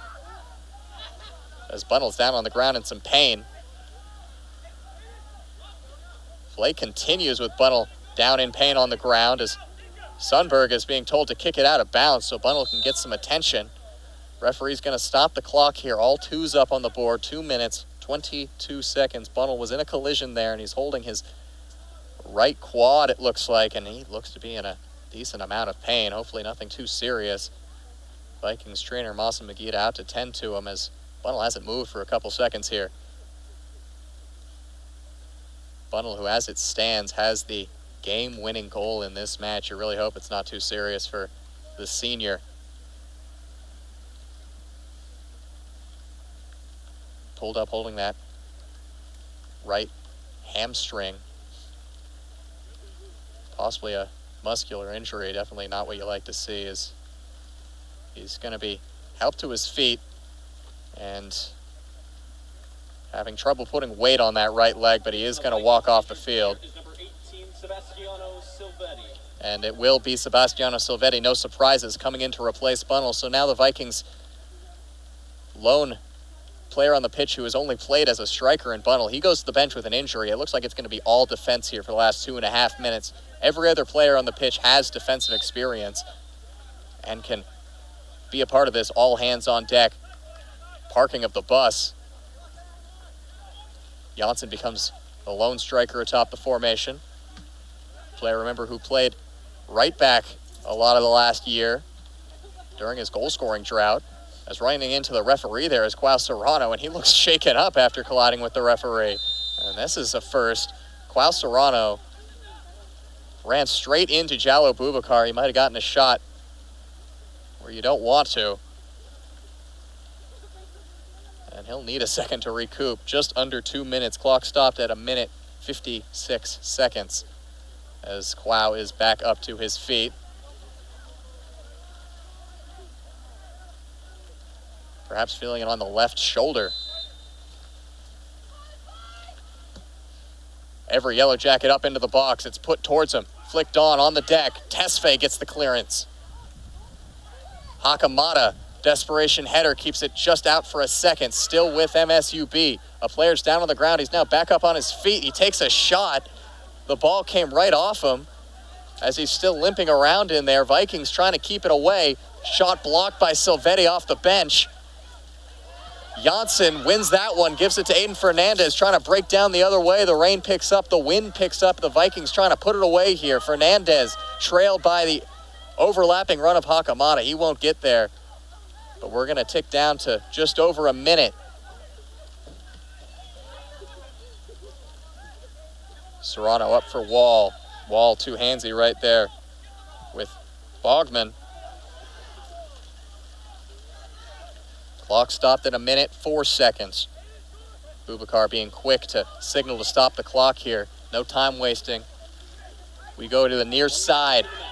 Vikings, a lot of black shirts, dark blue shirts in the box. Passed in towards Tello. Tello sends in an early cross that Tesfaye pops straight up in the air. Out as far as Fedgenhauer, back into that near side corner.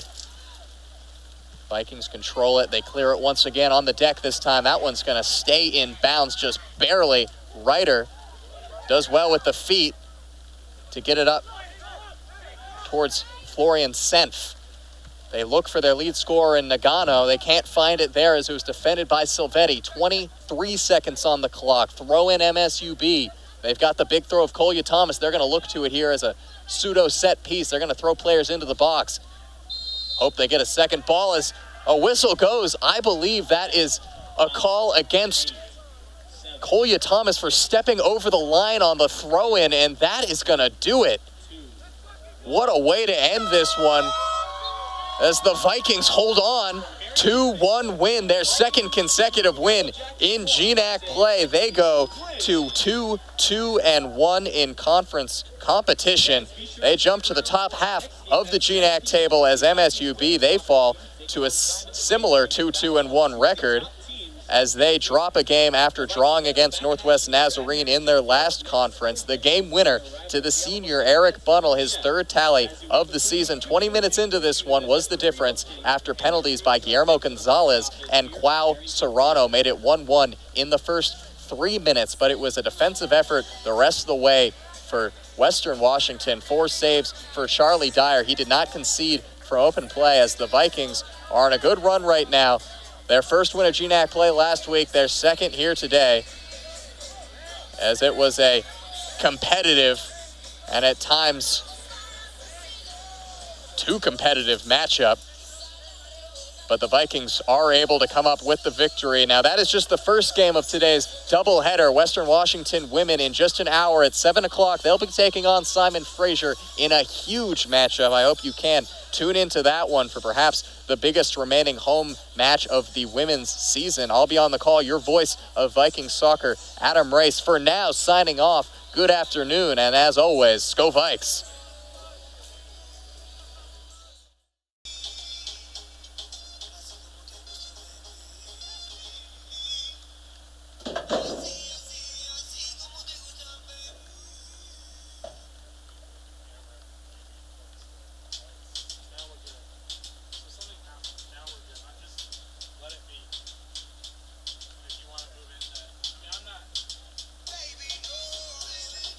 I know, it was strange. I don't know.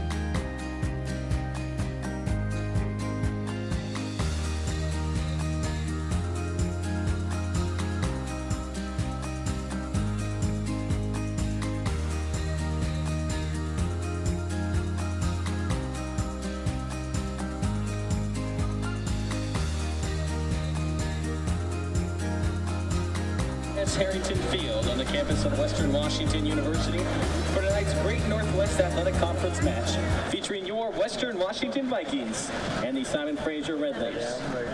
We welcome all our fans to our Latina Heritage Month celebration here at Harrington Field. As mentioned during our men's soccer match earlier, today we celebrate Hispanic and Latina Heritage Month. Take a moment to honor the rich cultures, vibrant traditions, and incredible contributions of the Hispanic and Latina communities. Today, we not only cheer for our teams, but also celebrate unity and diversity here at Western. Now, with that being said, prior to the start of tonight's 90-minute match, we will introduce the starting 11 for both teams. First, for the visiting Red Leafs from Simon Fraser. Their starting 11 is announced by head coach Carlos Basso, as well as assistant coaches Jenna Lee Baxter, Brianna Morden, and Benjamin Chapper. And now please welcome Valentina with the starting lineups for the Red Leafs.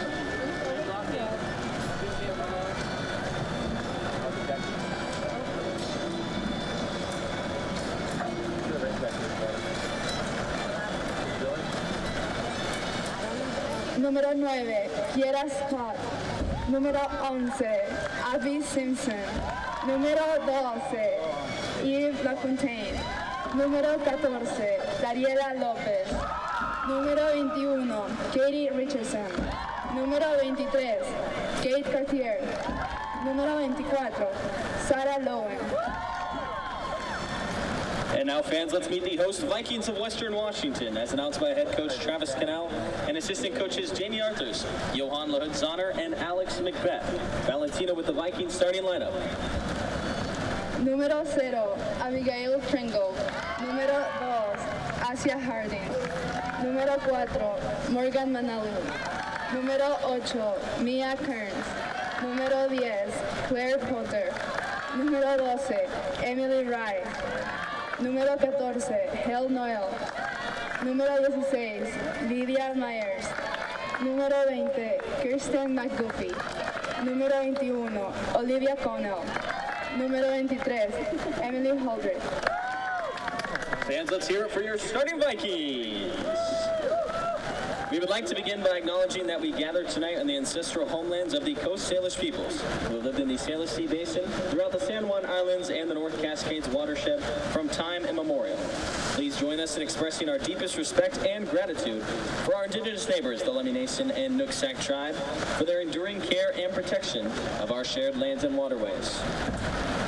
Now, fans, would you please rise, if able, and turn your attention to the flag to the right of the scoreboard for the playing of both national anthems. First, the Canadian national anthem, followed by the Star-Spangled Banner.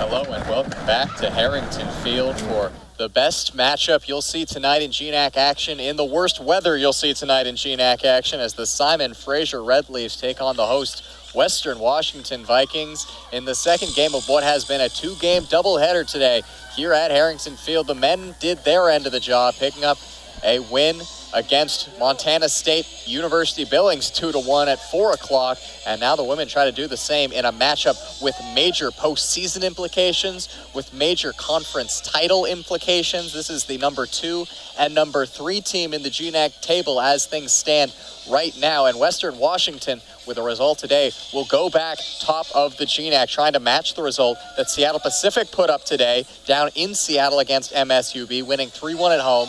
They are currently 1 point ahead of the Vikings in the conference standings, and 4 points behind the Vikings. In third place are the Simon Fraser University Red Leafs, who are having one of the best starts in program history. 4 points behind WWU, 1 ahead of Western Oregon in fourth place, and clearly in the postseason picture right now in the GNAC, coming off of their first ever conference tournament title in 2023. They become the fourth GNAC team to win a tournament title. 2 of those teams on the field today in Western Washington and Simon Fraser, as well as it being a rematch of that tournament final. This is also a rematch of the earlier GNAC game this season. These 2 teams opened up conference play against each other up in Burnaby, and the Vikings came out with what turns out to be their most crucial result of the year, a 1-0 win against these Red Leafs up north of the border. Lydia Myers providing the lone goal off of a Morgan Monolily corner kick in that match. Who will be the difference tonight for either one of these teams? For Simon Fraser, it's a chance to go to Harrington Field in one of the best forms that this program's ever seen and cause a shock against a Vikings team that is currently undefeated in GNAC play. This is a red-hot Western Washington team. They have won their last 3 in a row. In that time, they've scored 11 goals and only conceded 2. Helped a lot by the 7-1 win they picked up against rivals Central Washington over in Ellensburg. Simon Fraser, on the other hand, they're on their worst run of form of the season right now. That's not saying a lot, considering how consistent they've been in 2024. But they're coming off a loss on the road against Seattle Pacific and a draw on the road against against Central Washington University. They failed to win a match in 2 consecutive matches for the first time this season. In that 2-game skid between the Central Washington and Seattle Pacific games, they're looking to get back on track, and no better time to do it than one of the biggest games they're going to play this season against the Vikings. This, for my money, is the most crucial game left in this campaign for the Vikings, aside from maybe the road matchup against Seattle Pacific a couple weeks from now. Western Washington, if they can win or draw, they'll stay undefeated, and they'll keep pace atop the GNAC table as their hunt for another GNAC regular season title begins. Vikings are going to be in the light blue, attacking from left to right on your screen. Simon Fraser Red Leafs in the red, attacking from right to left. We are underway. Thank you so much for tuning in here to Vikings TV for the second game of the night. I am Adam Race, your voice for Vikings soccer. Excited for a crucial 90 minutes of action here under the lights of Harrington Field and under the rain. It has been raining and windy all day here. Absolutely horrible conditions, to be honest with you. A atmospheric river passing over Bellingham right now, and we are feeling the impacts of that on the south campus of Western Washington University. We had a very eventful start to the men's match today due to those conditions. 2 penalty kicks in the first 3 minutes and 3 first-half goals, which ended up being the difference as the Vikings took that 2-1 win to pick up their second consecutive GNAC victory. The Western Washington women see if they can try to take advantage of some slipping and sliding perhaps out there. These are 2 of the best defensive units in the GNAC and in the nation as well. You look at Simon Fraser, they are only conceding half a goal per game. That is in the top 25 in the nation. Best mark in the GNAC. They've got 6 shutouts this year. This is a team that started off the season with 4 consecutive wins in non-conference play, in which they scored 8 goals, only conceded 1, and kept 3 shutouts through their first 3 games. Their first loss of the season was against these Vikings, as I mentioned, up in Burnaby, courtesy of a Lydia Myers difference-making goal. As Myers on the ball there, takes a slip after sending it forward. Going to be seeing a lot of that today. Tough conditions for defenders, for goalkeepers, and two of the best goalkeepers in the conference in action today, and Sarah Lowen and Abigail Trengov. Lowen has, on a couple occasions this season, been the leading force behind Simon Fraser victories. It's the Simon Fraser team that, after dropping that game against Western Washington, didn't lose a step. They went on a 4-game winning streak after that, in which they held another 3 shutouts. Simon Fraser this year, they've held 7 total shutouts and only conceded 6 goals. More shutouts than goals against is unthinkably solid defense from these Red Leafs, coming off a historic 2023 under now second season head coach Carlo Basso, a program record, one of the greatest ever players for Simon Fraser's men's soccer's team, a team that has been a contender in the West region over the last decade and change, made a couple of Final Four appearances in 2013-14 with the Red Leafs, went on to play professionally and now returns to his alma mater to become the 3rd coach of this women's program since their inception in 1988. Came in on an interim basis last year, and man, did that work out for Basso as he led the Red Leafs to a Cinderella run through the tournament, knocking off the 1-seed Seattle Pacific Falcons in the semifinal and then upsetting the Vikings in the final. Simon Fraser become the 4th GNAC team to win a GNAC tournament title. Only 3 of those teams are still competing. It's Western Washington with 6, Seattle Pacific with 3, and 1 apiece for Concordia, Oregon, who no longer play in the GNAC or at all, and Simon Fraser. Controlled by Asia Harden, the Vikings do it all.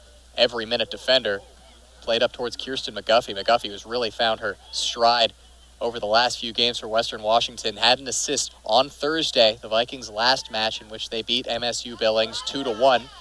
It was a first half early on assist for McGuffey, who went 1-2 with Morgan Monalili, laid it off to Ashley Wynn, who was able to finish it off. That was a game in which the Vikings took the lead, gave up the lead, and got it right back. Morgan Monalili, a goal and an assist. Abigail Trengov, a career-high 9 saves, as well as a season-high amongst Western goalkeepers.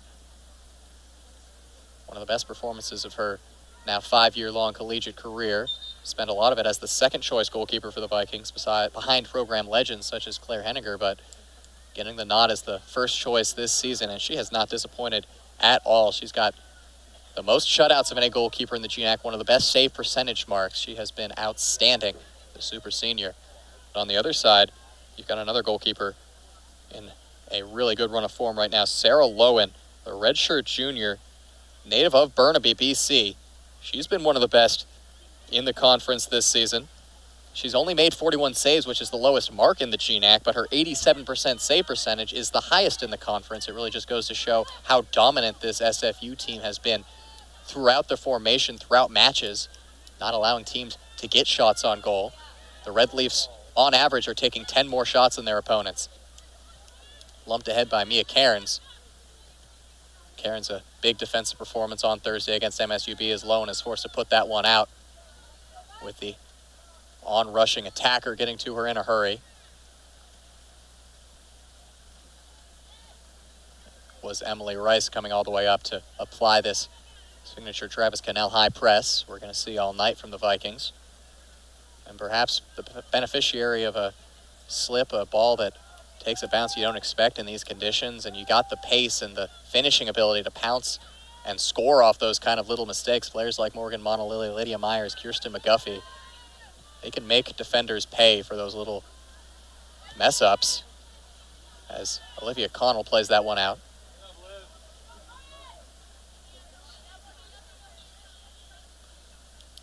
Western Washington were really shocked in that final by Simon Fraser. That's one of the only times in program history the Red Leafs had defeated the Vikings at all, let alone in the biggest match of the season, in the tournament final. Red Leafs would go to the NCAA tournament. They would lose in the first round against Cal State LA on penalties after a scoreless draw. Lowen, trying to dribble around the press of Emily Holdridge, does well enough to get it to her defender Emily Smith, but Smith is forced to put it out. Vikings applying early pressure as expected. 7 minutes into this one, still no shots up on the board for either side. Vikings hold held a small shot advantage in the reverse fixture in Burnaby, and was a nervy, tense match. Not a lot of opportunities in it, and Myers just finding the one breakthrough off of a set piece, a Morgan Monolily corner kick that she was able to shepherd in, and the Vikings able to keep a huge shutout. That one's put in the box. Myers got a head to it, and it's over the bar. On a platter for Lydia Myers, who's good with the head and scoring goals, but that time wasn't able to keep it down. Myers had a 4-goal performance against Central Washington in that 7-1 win. One of just a handful of players in Viking history to score 4 goals in a game. That puts her up at 6 goals on the season, highest mark of any Western Washington Viking in 2024. Smith flicks that header on. Vikings still keeping it penned into the Simon Fraser half of the field as Holdridge came back from an offside position to get to that one. She's called for it. Holdridge wasn't credited with an assist on Thursday, but played a beautiful ball over the top to Micah Carr, which led to what would be the game-winning goal. Carr and Jane Hamira picking up assists on that Morgan Monolily winner. That time it's flicked on by Dariela Lopez into the corner. It'll be a Western Washington throw-in. Lopez, who's been effective in GNAC play, a couple of goals in the first 2 games of GNAC play for Simon Fraser, as well as an assist.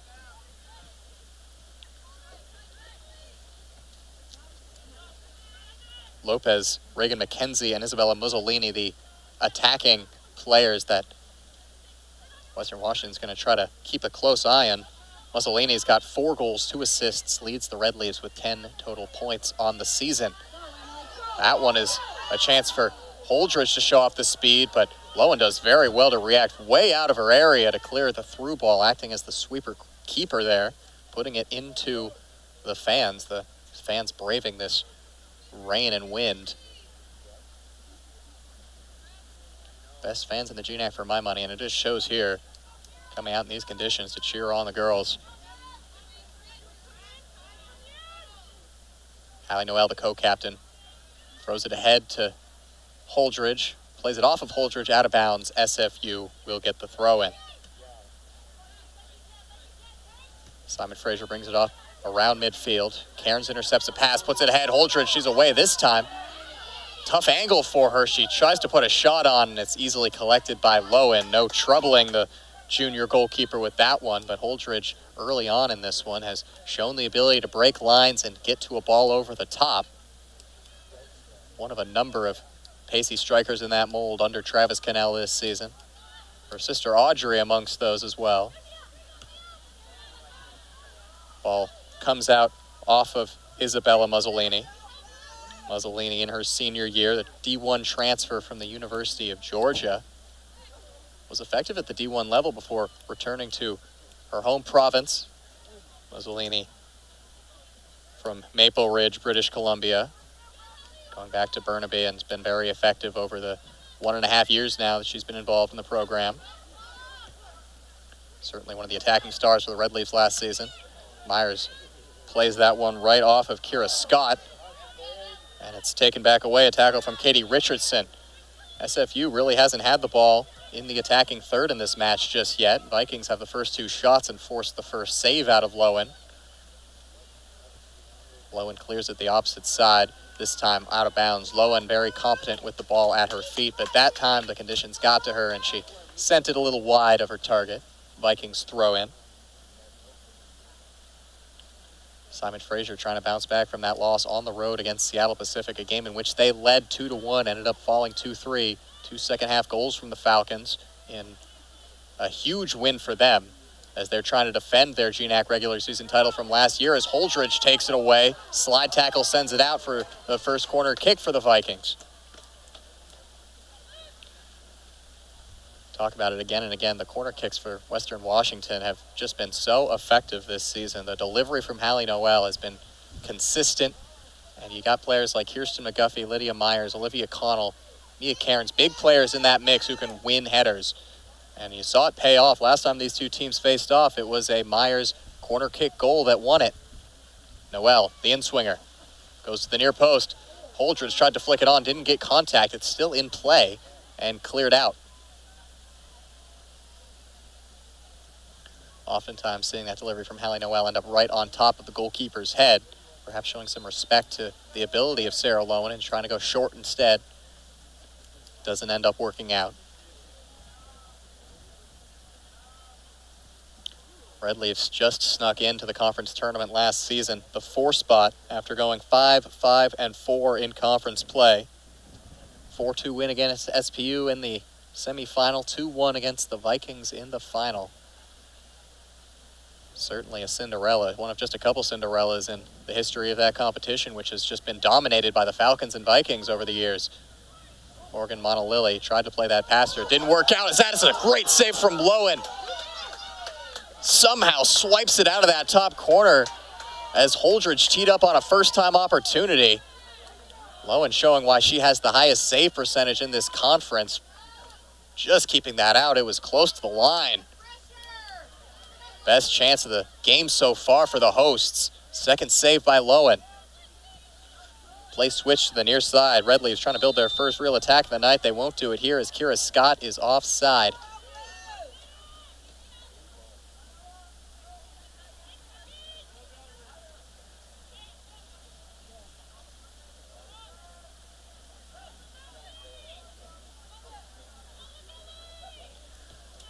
Vikings head coach Travis Cannell called this game a measuring stick game for these Vikings. A team that is shown to be contenders in this conference. How can the Vikings face up against them? A game on Thursday against MSUB where Western was certainly favored, but Yellow Jackets gave them a run for their money, tying the game up and hitting the post a couple of times in the second half, as well as forcing a career-high 9 saves out of Trengove en route to the 2-1 win. Cairns wins another ball in the midfield. You're going to be seeing a lot of that tonight if it's anything like Thursday. She was just all over the midfield areas, making interceptions, playing the ball up. Instrumental to how this team likes to maintain possession and strangle opponents, really, in the territorial battle. Play as much as possible in the opponent's half, and good things will happen. It's worked out over this undefeated run for Western Washington, which goes all the way back almost a month now. Last loss was pre-GNAC play. That was a 0-2 loss against the Colorado School of Mines here at Harrington, a team ranked number 2 in the nation at the time. Kira Scott going one-on-one with Hallie Noel. Does get the ball into the box. It is just wide off of a deflection by Asia Harden. Abigail Trengove confidently watched it by, but that was a close call. It's going to be the first corner of the night for SFU. They'll take it over on this near side. We do apologize if we have limited coverage of the corners here, as we have the tarp up to try to protect our equipment. It is Emily Smith over to take the corner kick. It'll be an in-swinger.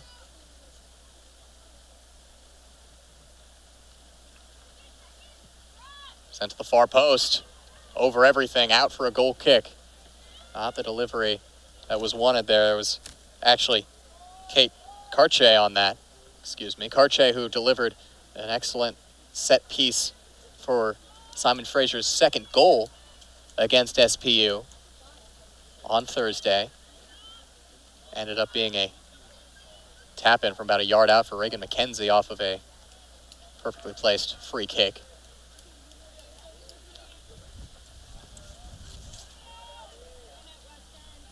Karche, who has a couple of assists this season and is the dead ball specialist for the Red Leafs. Morgan Monolilli is going to take that one away, try to work it to the outside, outpaces one opponent, tries to feed it through to Holdridge, but Lowen once again playing up and easily collecting that one. It was a good idea from Monolilli, but too much on it for Holdridge to get there before Lowen. And immediately on here, I'm seeing the press a little bit lighter than normal from Western Washington, giving some respect to their opponents, realizing their ability to break through that press and knowing that this is a game between two pretty evenly matched squads who played an evenly matched game earlier this season. Rice trying to spring a break, defended by Evie LaFontaine. Somewhat similar to what we saw up in Burnaby, as we're a good way through this first half, and it's only been a couple of opportunities. The best from a Holdridge long-distance strike that Lowen had to paw out of the corner. Holdridge has been heavily involved here. A pest to this SFU back line. Just the perfect kind of player to fit into this high-pressing Travis Cannell system. Her and her sister, Audrey, have just been the perfect key into the lock.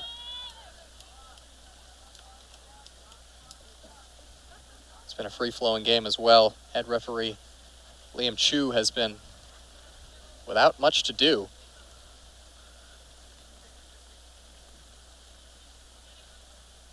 Thrown and taken by Noel. Plays it short to Monalili. Pops out towards Morgan Monalili. Back to Noel. Monalili plays it off, or excuse me, Noel plays it off of Kira Scott for another throw-in. Vikings do like to play up the wide areas. They earn a lot of throw-ins. They try to march themselves up the field and get those crosses in. They can also, of course, spring on the break. Fast, creative players on both ends of the pitch. Myers just wins that one away. Gets it to Claire Potter. Potter to Monalili. Tries to go 1-2 with Potter, but it was just beyond her. SFU looking to break in transition. Lifting it over the top for the run of Muzzolini. Muzzolini gets there, plays it off of Asia Harden, who stepped in well, and does so again, out for a throw-in. Asia Harden was instrumental in holding on to that lead on Thursday. She has just been indispensable for Travis Cannell's side the last couple of seasons. The All-GNAC selection last year. She earns it night in, night out. She's barely missed any minutes in her collegiate career, let alone games. Simon Fraser, though, with a throw-in here, right down by the end line. They get it back to Richardson. And now with Scott. Scott defended by Monalili on the deck into the middle. Connell steps in just in time. SFU still trying to build around this Viking block. Find a way through, something teams have not been successful with, especially as of late with the Vikings only conceding a couple of times over the last 4 games, as Lowen once again way off her line and once again does well to put it out. SFU under Carlo Basso, as we've seen so far, playing a very high line and relying on Lowen to act as that sweeper keeper, make up for the fact that players are pushed far up the pitch and could be left exposed to long balls. Lowen's played her position perfectly so far, made a couple of good saves as well.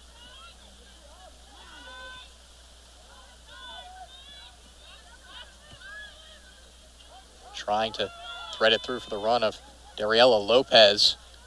Connell takes the safe option, puts it out for a throw-in.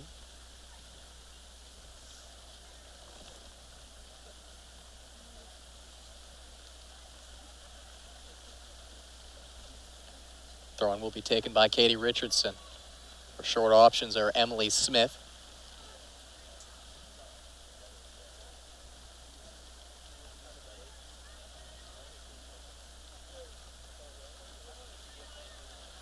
Long delay from Richardson, but now does get it in. Throw-in is cleared by Hallie Noel. As far out as Alyssa Clark. Clark back to Smith, and SFU will recycle it around. LaFontaine. Now they're switching to the far side. Simpson pass. Skips by everyone, and a little too much tugging on the jersey there will give the Vikings a free kick. Red Leafs still without a shot in this one. Vikings, one of the best in the GNAC at preventing opposition shots. You see that statistically. They're allowing under 10 shots per game.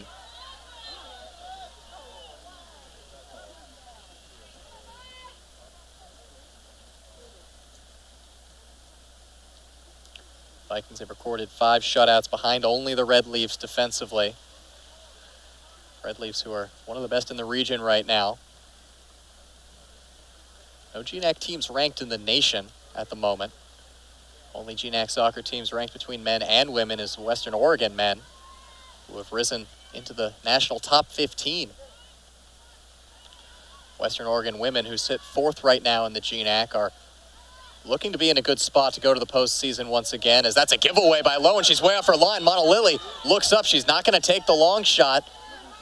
Lowen does Thread it through for Lydia Myers. Little chip shots wide left. Monalili, a beautiful ball and a good idea from Myers. Just didn't get the contact she wanted.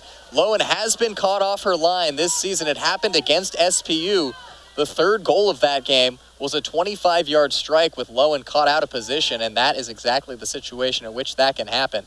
If that pass goes awry and a player's quick to react, they can send it all the way over the goalkeeper's head. Monalili might have had a chance there, but didn't react quite quick enough. Still played a perfect ball to Myers, who are going to want that opportunity back. Best one-on-one chance of the game so far.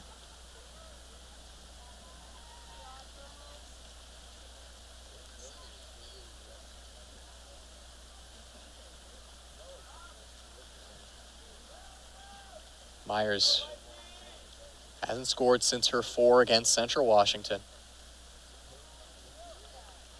6 on the season. Early cross attempt is blocked. Asia Harden has to rush to send it back in. Clipped by Mia Cairns, and Holdridge racing up. Is going to keep that in bounds. Very good job by Emily Holdridge. Earns the throw-in. Her effective shift for this first half continues. She's been all over Simon Fraser defenders, not giving him a chance to breathe.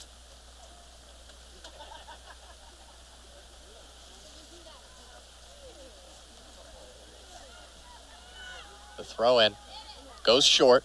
It's going to be laid into the box. Turning and trying to put it through is Cairns, and it's going to go, or excuse me, yes, that was Cairns putting it in off a defender for a corner kick, and it's going to be what leads to our first changes of the match. Sophie Beardencroft in and Emily Holdridge out. She'll get a round of applause from the audience here. She had a very good opening 25 minutes. Beardencroft, though, more proven goal scorer onto the pitch and good in these corner kick situations. Goes to the near post, flicked on over the bar. It's going to be another corner. Flick on came from an SFU defender, as it looks like they were aiming towards Beardencroft at that near post. Ended up a little shorter of where they wanted it. But they'll set up and take it again. Can the corner kick bear more fruit against these Red Leaves for Western Washington? McGuffey had a chance at that one, but it was blocked away immediately and cleared out. Emily Rice will watch that one trickle out of bounds. Noel will go to take the throw. This game made all the more important by Seattle Pacific's 3-1 win against MSUB earlier on today. Two teams both trying to keep pace with the Falcons. Vikings, their other biggest result of this year was a last-minute game-tying goal that led to a 1-1 result at Harrington against those Falcons. As Western races into the far side, on the ground into the box, Claire Potter tried to stab at it, but it was just behind her. Substitutions for the visitors now, a couple of them. It's going to be Caden Sherwood, and Reagan McKenzie. McKenzie, who has had the goal-scoring boots on as of late, and has 3 on the season to go along with an assist.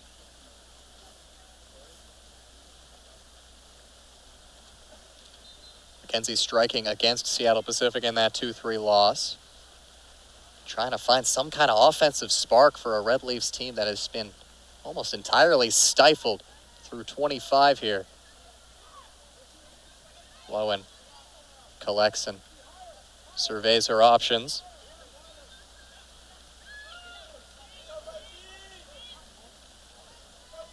Emily Smith brings it up the wide area, now launched it across midfield. Header won by Connell down to Potter. Potter, nifty touch over the head of the defender to Morgan Monalili, but her pass is mishit, out for a throw-in. Still just 4 shots in it, all of them for the Vikings. 2 of them quality opportunities, one of them saved by Lowe and one of them missed by Myers. Clark, last defender back is Evie LaFontaine. Fontaine threads the needle right by Lydia Myers. Good breakout play here by Simon Fraser, working around this Western Washington press. You saw the press a little higher up in that game against MSUB.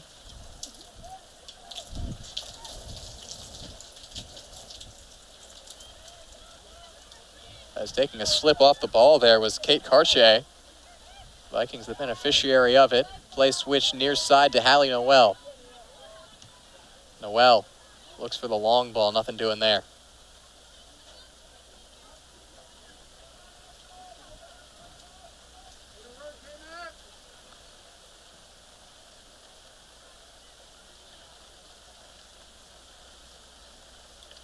It's not going to be too many opportunities you get against this stingy SFU defense, only conceding half a goal per game, only giving up around 9 shots per game. So Western Washington will be unhappy that they haven't been able to put away one of their 2 better opportunities, especially that one-on-one with Myers. That might be the best look she gets tonight.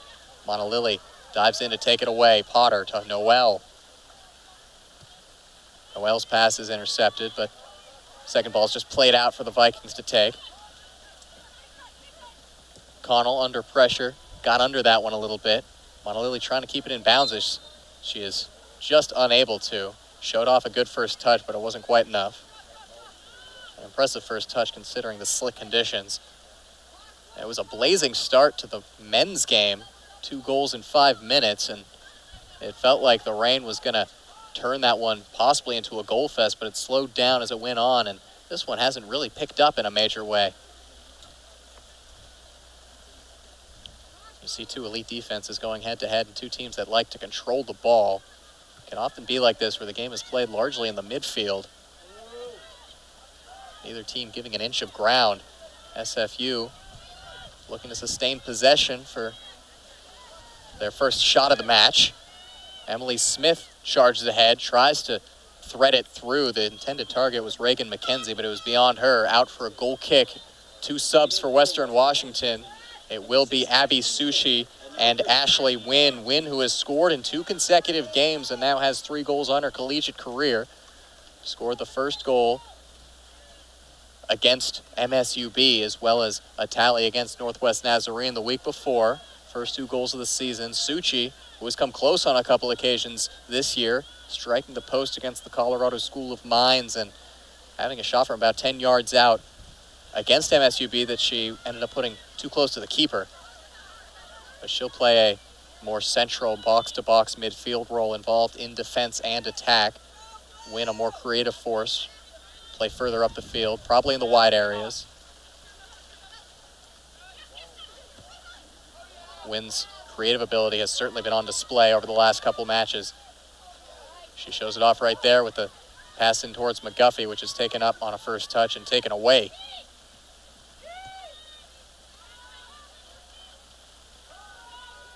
Far side now, Abby Simpson. Simpson takes it herself across midfield, hounded by McGuffey. Harden stepping all the way up there and doing a little bit too much.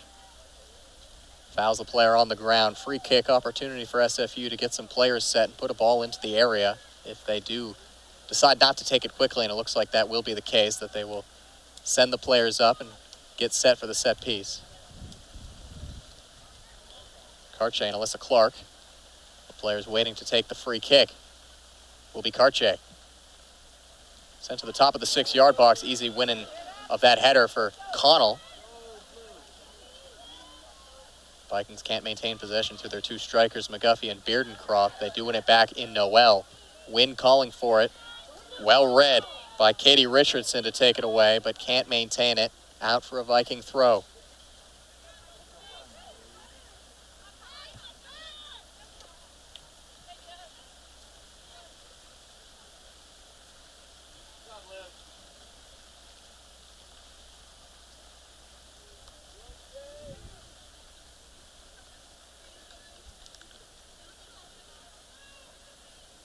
Vikings, who have gotten goal-scoring help from a number of places this year. 7 goal scorers across their 18 goals. Their leader, Lydia Myers, with 6, McGuffey with 3, and Monalili with 2. Monalili also providing 4 assists. None of them have been able to find the back of the net here tonight, but some changes in attack right here. McGuffey will come off, replaced by Micah Carr. It was Carr who provided the assist on the winner against MSUB. She provides a burst of pace on the far side, work in conjunction with Monalili and Wynn, with the target player Beardencroft. The right side striker also coming into the match is going to be Jane Hamira, Amira and Carr were the players that linked up on the assist to Morgan Monalili for the winner on Thursday. Amira will play in that fullback role. She can get up and down the pitch in a hurry. She's got a goal this year in Harrington Field and has been a stalwart defender to go along with it. Lowen communicating with Emily Smith, telling her to bring that out wide, and she does. Off of Noel out for a Simon Fraser throw. Substitutions for the Red Leafs. Number 19, Sarah Caravata will come in, and Sophia Ferramo as well. Caravata, who has got 7 points on the season, tied for second on the Red Leafs. A couple of goals and 3 assists for Saravata, the 5'10 sophomore out of Coquitlam, BC.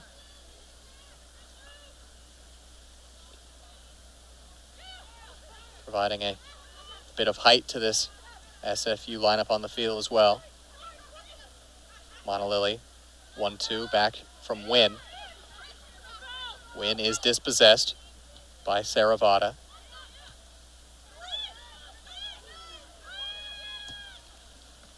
Chested down by Abby Suchi. Back to Suchi from Noel. Space down the far end for the Vikings. They'll try to get that way via Asia Harden, who now looks centrally, takes it around the defender herself. Gets it over to Hamira. Some of her first touches of the match. Pass is deflected back for a throw.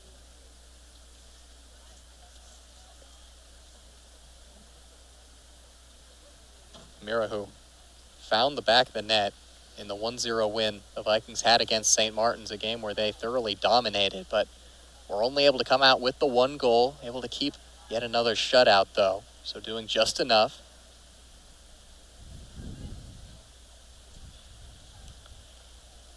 Only a couple of teams in this Great Northwest Athletic Conference that you don't favor the Vikings over going into matches. Simon Fraser, one of them, Seattle Pacific, one of them, and Western Oregon, also a team that's given the Vikings trouble this season and in seasons previous.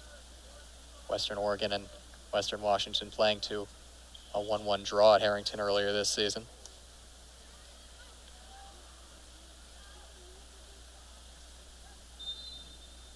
Offsides is going to be called against Beardencroft.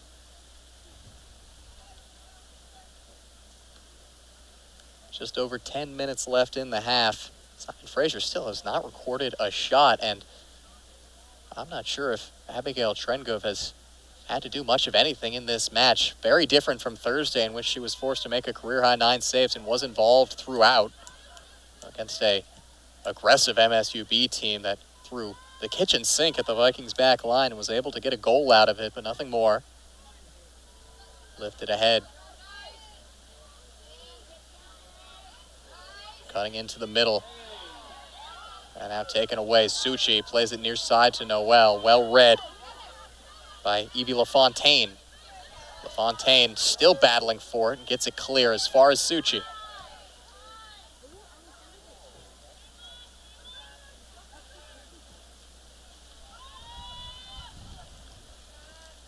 Harden to Hamira. Harden, who took a little bit of a shot after playing that pass, didn't get a whistle from the referee. That pass is just beyond Carr. They're going to say it took a deflection off a red leaf, though. Vikings throw in, Vikings substitution. Now entering the game for your It's going to be the freshman Ava Esslinger coming into the match to replace Hallie Noel. Big night for soccer in the Pacific Northwest. Of course, doubleheader here today. Seattle Pacific playing down in Seattle, and the Cascadia rivalry, Seattle Sounders, Portland Timbers playing right now in Lumen Field. Ball put to the top of the box. Wynn tries to get a chest to it. Can't do quite enough. Esslinger's first action of the match. Chasing that one down, forcing the pass that's taken away by Cairns. For those Sounders or Timbers fans watching this match, a lot of Oregon and Washington representation in this roster. That match is 1-1 at Lumen Field. We thank you for tuning in to Harrington Field, Viking TV, as opposed to that match. I'll tell you, our crew has been putting in a lot of work to make this broadcast go ahead through a dreary, rainy, windy day.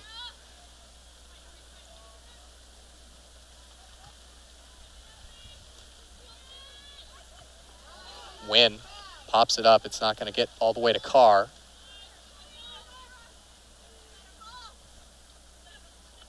Terabata puts enough pressure on.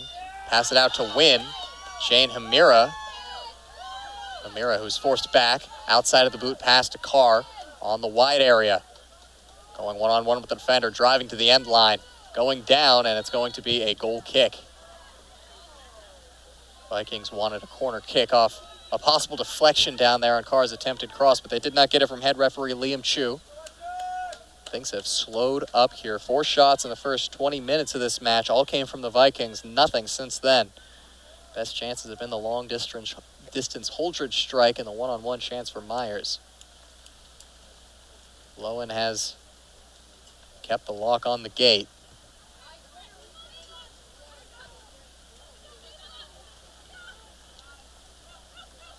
Monolilly into Beardencroft. Heavy first touch. SFU trying to create something, anything here. They have been stifled. That's a dangerous pass that Wynn applies pressure to, and it pops out to Cairns.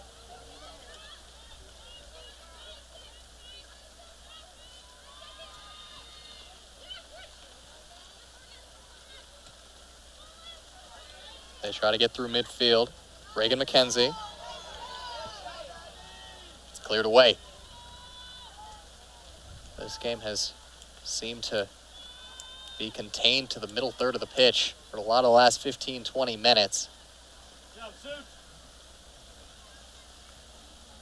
The teams know the importance of this match, perhaps a little bit nervy, and of course the conditions don't help with any kind of creativity.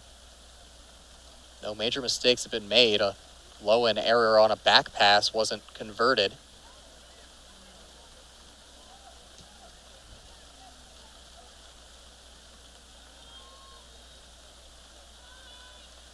Harden will deal with this one. Keeps it in bounds.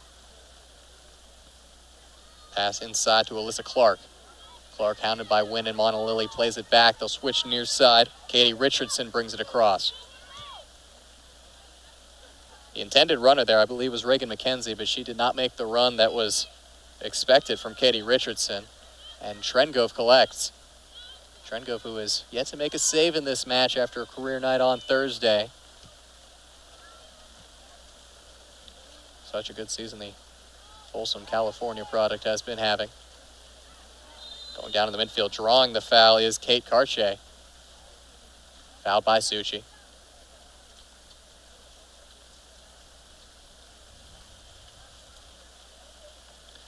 Though the wind has slowed down, it is still blowing from right to left on your screen. Maybe a slight advantage to SFU. Here in this first half, at least, they only have 5.5 minutes. Haven't had a chance to try to use any of that to their advantage as they haven't troubled Trengove. LaFontaine. Marked by Beardencroft. Carr in there as well. They play it all the way back to the goalkeeper, Lowen, who's halfway between her box and midfield. Over the top, headed back by Cairns. Cairns, once again, has just been everywhere today. A lot of touches, a lot of interceptions. Cairns once again steps in. A little bit of sustained possession for the visitors. That one just gets beyond Cairns, taken by Muzzolini.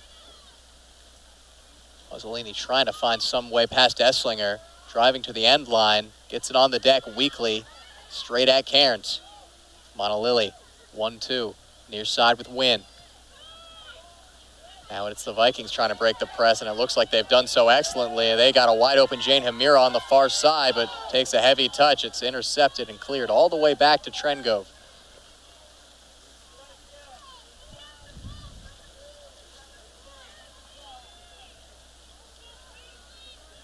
Vikings conceding just around 0.7 goals per game this year.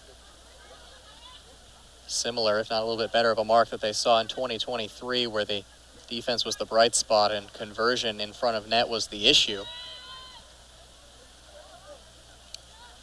High hopes this year, pick number 1 in the GNAC preseason poll. If they can pull out a win tonight, they will be in that 1 spot. They'll be tied atop the GNAC with a draw. Beardencroft takes the ball away outside of the boot pass to Micah Carr. She's offsides. That is the risk with a pressing, attacking forward like Micah Carr, who tries to time up those runs. Not going to get it right every time, and that time just a step off.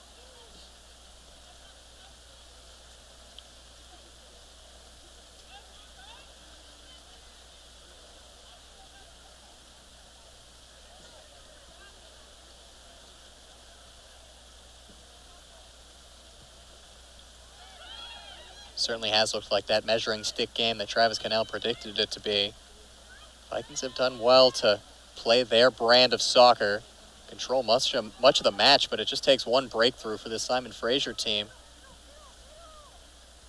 Still haven't found it through 42 minutes. Touched into the box by Caden Sherwood.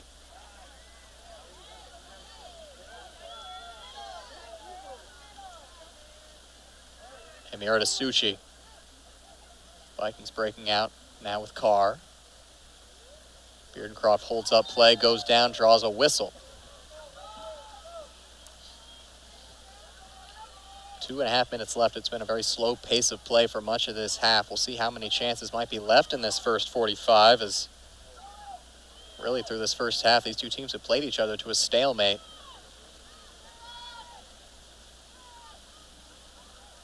Suchi. Monolili's dispossessed, out for a Western throw.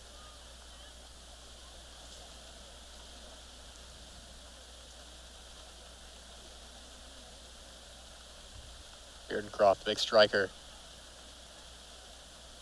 Big part of the 2022 National Championship victory for these Vikings.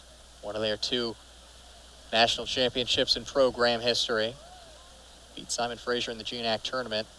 On the way to that national championship, Beardencroft on the field right now had a brace in the national semifinal against Columbus State. Vikings went on to win the final against Westchester 2-1. Katie Richardson. Simon Fraser returned to the NCAA tournament last year, and they're hungry to get back once again in 2024. Looks like they've got the talent to take a shot at it. Always tough for teams in the GNAC, not called Seattle Pacific or Western Washington, who have won all but 2 GNAC tournaments and all but 1 GNAC regular season titles in conference history. Interception high up the pitch by Sarah Caravetta. Perhaps a chance to build something, but Connell does well to recover off her own giveaway and get it out for a throw-in. 1 minute. 1 minute remaining in the half.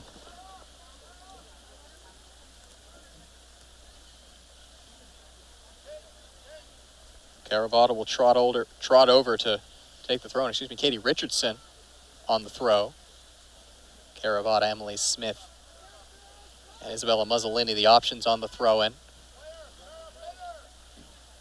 It will go to Caravata. Plays it back for Richardson. Doing battle with Wynn. And Esslinger, her clearance deflected right off of Caravata, out for another Red Leafs throw. We're down to 20 seconds. They've only got maybe one more chance left in this half, and they've got to take this throw quickly, get it into the box, try to win a header. 10 seconds left now, and the pass is deflected out by Suchi. And I think that's going to do it for this first half. SFU will not get the throw in time.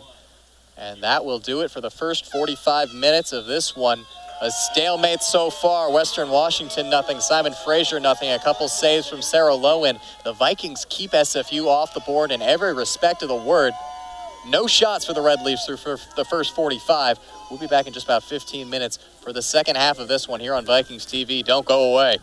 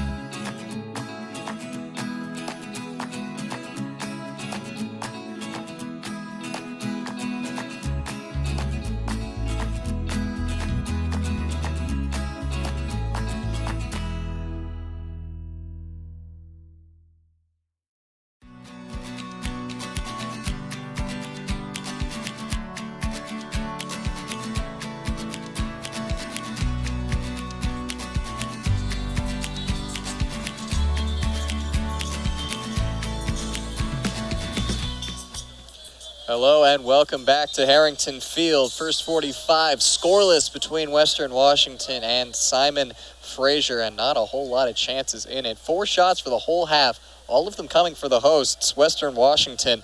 Shots courtesy of Lydia Myers, Claire Potter, and Emily Holdridge. Myers with a couple of them, including a one-on-one chance that she put wide. And a shot on target from Emily Holdridge, the closest to going in, but a good swatted save out of the corner by Red Leafs goalkeeper Sarah Lowen, who has been playing the sweeper keeper role to a T here through 45, and it's caused trouble for Western Washington. 2 teams that like to push high up the pitch, control possession, and what it's led to is just a stalemate. Neither of these teams have created much of anything through 45. We'll see if it changes in the second 45. The winds are swirling, the rain is pouring, and it's only going to get worse from what we're hearing as far as the weather goes. Brave fans out here cheering on the team, and the second game of the day today at Harrington Field. The men picking up a 2-1 win against MSUB. Western Washington women, an absolutely crucial match here, trying to put themselves back on top of the GNAC table, put some distance between themselves and the current third-place team, Simon Fraser. Vikings in second with a game in hand over SPU. That game in hand to be decided here in the second half. I'm your voice of Vikings soccer, Adam Race. Thank you so much for joining us here on Vikings TV for this doubleheader broadcast today, as we got 45 more minutes of the 180 remaining. Vikings in the light blue huddling up, getting hyped for the last 45. One of the more crucial halves they're going to have this season in GNAC play against one of the other conference contenders. Simon Fraser coming off their first program tournament title, beating the Vikings in 2023, and they're threatening the top of the GNAC table in 2024. 2 really good squads. Simon Fraser in the red. They're going to be attacking from left to right on your screen, ready to kick off here as an extended pre-half huddle from Western Washington now finally does break up. The Vikings head to their positions as we are getting set to kick things off. In the circle is Dariella Lopez, ready to kick it back for Simon Fraser. Red Leafs could not create a thing. Stifled entirely by Western Washington in the first half. No shots. Abigail Trengove, who had 9 saves on Thursday, not called into action in that first half. This is a Simon Fraser team which is averaging 19 shots per game, and Western Washington has shut that down entirely. They come out sprinting here as expected in the beginning of the second half. This is a Vikings team that likes to come out fast at the beginning of halves and try to steal quick goals before the opponents can settle into the match. It works well with the aggressive high press played by Travis Cannell's team. That one's headed back by Hallie Noel. Lydia Myers tries to control it through a couple of Red Leafs. And it is taken back by Simon Fraser. Alyssa Clark on it. Wind is swirling left to right. Rain is picking up. Players play on. Ahead to Holdridge. Emily Holdridge, who started this match and came off in the first half, now back on the pitch. The strike trio is McGuffey, Holdridge, and Myers. McGuffey and Myers, 9 goals between them. Charging in now is Sofia Faremo, the substitute, puts it in a good area for Mussolini to try to get to, but she couldn't reach out far enough. Mussolini, who had a goal against SPU and has 3 on the season.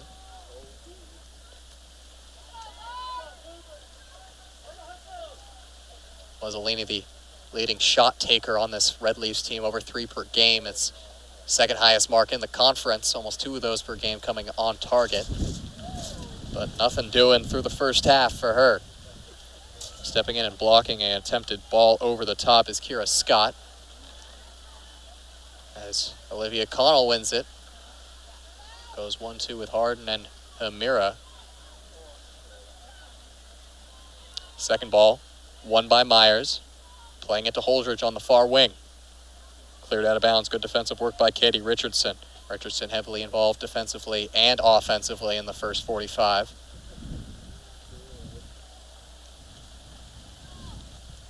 Richardson, the senior out of Ottawa, Ontario.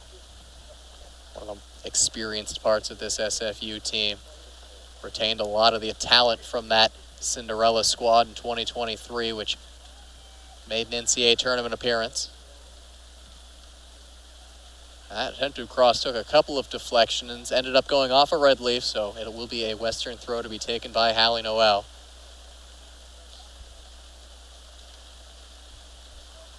As it looks like the rain is just getting heavier and heavier here in Bellingham. Played into the box. Holdridge up for it. Got to head to it for a minute. Pops back out. Low shots blocked. And they're going to call offside against the Vikings. It was Cairns, it looked like, stepping all the way up there to have a shot at it. Potter was in the mix as well. Potter and Cairns both without a goal so far in 2024. Cairns a couple of tallies and a couple of assists last season. Potter a couple of goals, including one in the GNAC tournament.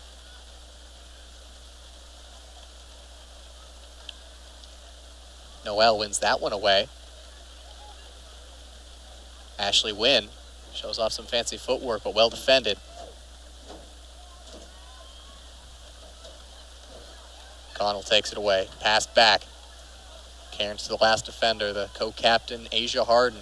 Splits the defense back to Cairns. The Vikings very calm under the press right now, showing their quality. Plays that off of Mussolini to get another throw in. They take it to Cairns. See if something can give here in this match. There just was no give in either of these teams in the first half. Not giving up an inch of space and not giving up too many chances. Impressive stuff considering the conditions to just not really make any big mistakes. Give away opportunities. So easy to do with a slick ball, a lot of wind.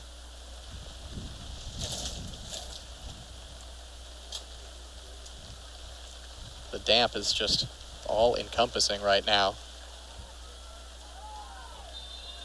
As that is going to be a free kick for Simon Fraser in the Vikings attacking third. They're going to have a chance to do something off a set piece here. Hasn't been working for them from open play. These are the kind of things they need to pounce on. The only goal in the season series so far between these two teams has come off a set piece. It was a Lydia Myers corner kick goal from a Morgan Monolilly delivery. Can Simon Fraser get similar production from a dead ball opportunity? They had a goal off a free kick against SPU on Thursday. Launched in. That's going all the way to the goal of Abigail Trengove, who has to punch it away. That'll go down as her first save. The half volley is straight at Hallie Noel.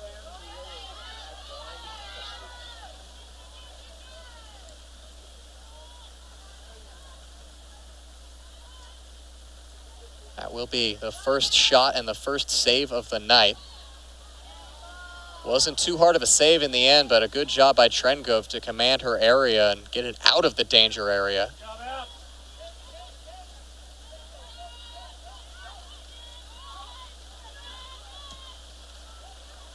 Trengove, who is tied for the conference lead in shutouts right now at 5. That one is threading through, looking for Sophia Ferremo, but it goes too far out for a Vikings goal kick. 6 minutes gone. We've only seen one shot.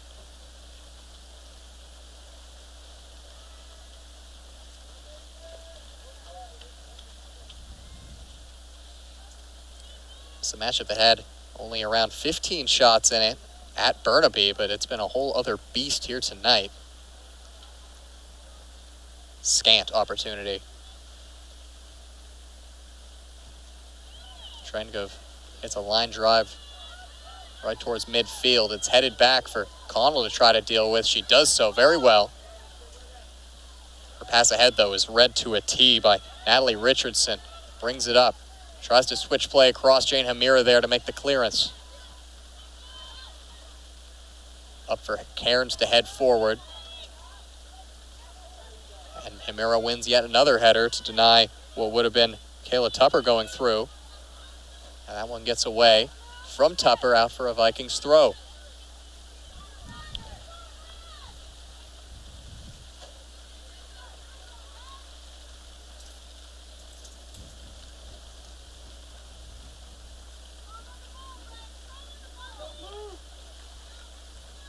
Throw-in goes to Kirsten McGuffey.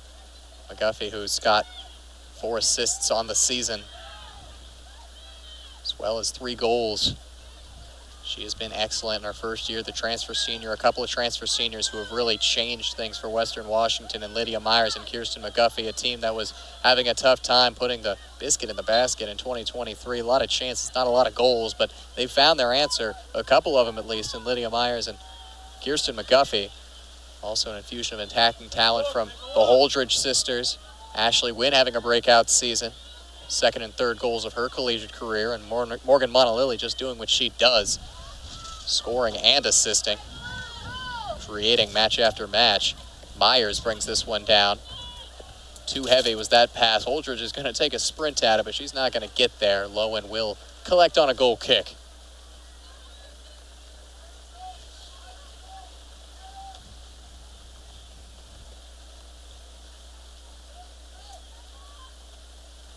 Well, when you combine for the doubleheader, I have no doubt that this has been the rainiest day of Viking soccer, perhaps in program history.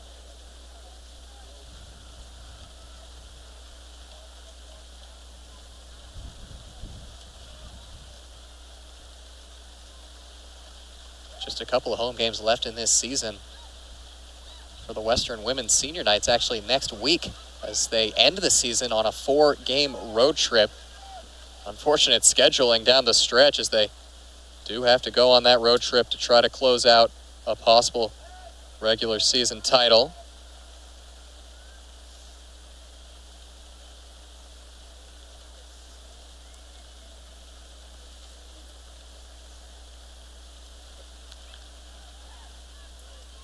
Taken down by Potter, now put into the middle by Noel, headed away at the top. Harden. Pass intended for McGuffey was intercepted by Michaela Tupper, who sprints to it but can't keep it in bounds. For all you MLS fans, MLS Decision Day, Seattle Sounders, Portland Timbers finishing 1-1 down in Seattle at Lumen Field. And for you Simon Fraser fans watching at home, I believe that gets the Cascadia Cup title to the Vancouver Whitecaps in 2024.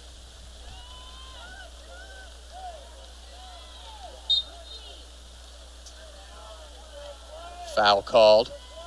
Head referee Liam Chu has not been too busy today. Not a lot of blows on the whistle and no real shouts for yellow cards. It was a different story with the first game of this doubleheader, a game between MSUB and Western Washington, which was extremely chippy. Some pushing and shoving after the closing whistle. Be interesting to see that matchup. The reverse fixture in Billings. That tension carries over. Harden clears that one out.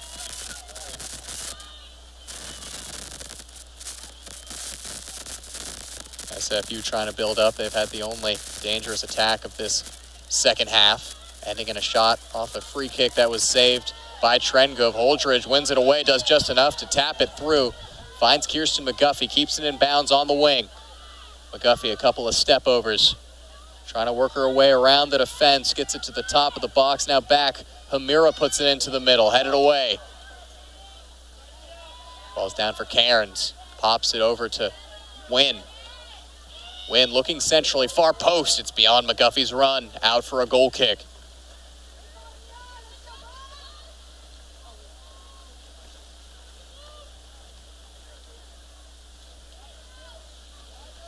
Vikings all-time undefeated in 30 of 31 matches against the Simon Fraser Red Leafs.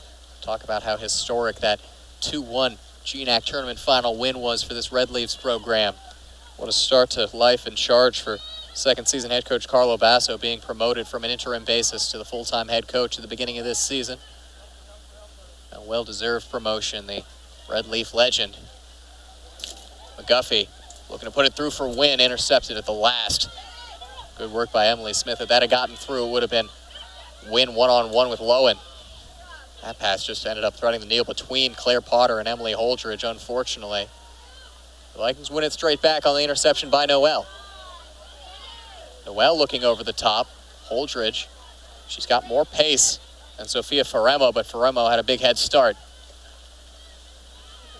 Plays it back. Potter to McGuffey. McGuffey dispossessed by Cartier.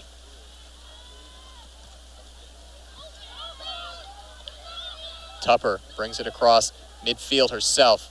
Looks to the far side. Good work by Noel. Reacts to the pass and intercepts. Cairns ahead. Didn't strike that sweetly and ended up right at the defender. Teams just can't find a way through right now. This game's being played in the middle of the pitch. Much like the first half, especially after that first 15 minutes or so when the Vikings put up 4 shots. SFU into the attacking third here, though. Laid off for Tupper. Tupper one-on-one with Hamira. Backed up by McGuffey, but Tupper finds her way through. Tupper still chased by Hamira down by the end line. On the deck, into the middle. It finds a red shirt. Sliding to try to put it on net is Lopez, but all she can do is shepherd it towards the waiting arms of Abigail Trengove. Trengove called into action. Not a save, but a collection.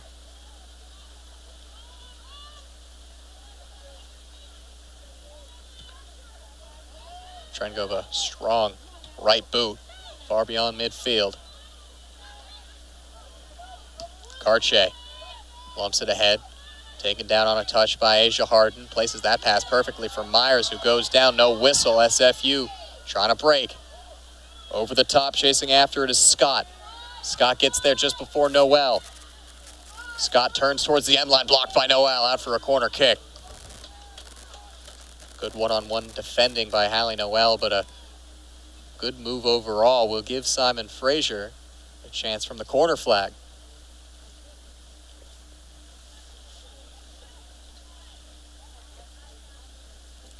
It will be the dead ball specialist, Kate Karche, to the far corner to take.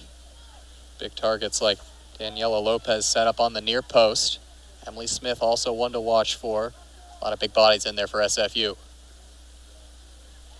Karche delivers the in-swinger to the near post. The header was won up there by Lopez, but only sent it out. Nowhere near the net. Goal kick.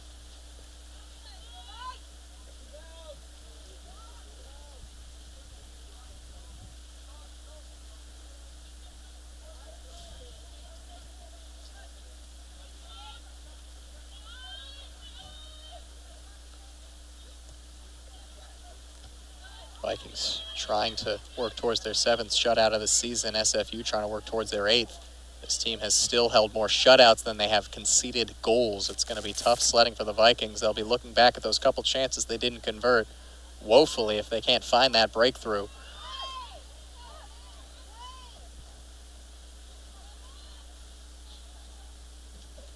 They'll finish their season next week, or at least their home slate for the season.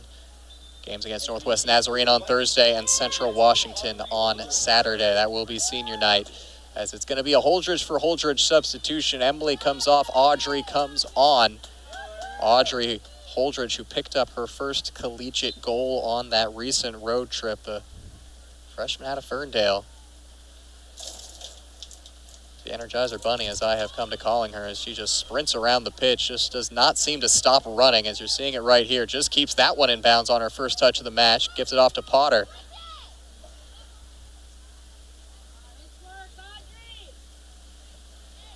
One away by Potter. They say it was cleanly. Myers. It's 4-on-4 right here. Myers goes down. Free kick right at the edge of the area, and this is Morgan Monalili range. If she was on the pitch, she is not at the moment. So we're probably going to see Lydia Myers or Hallie Noel step up to take this one.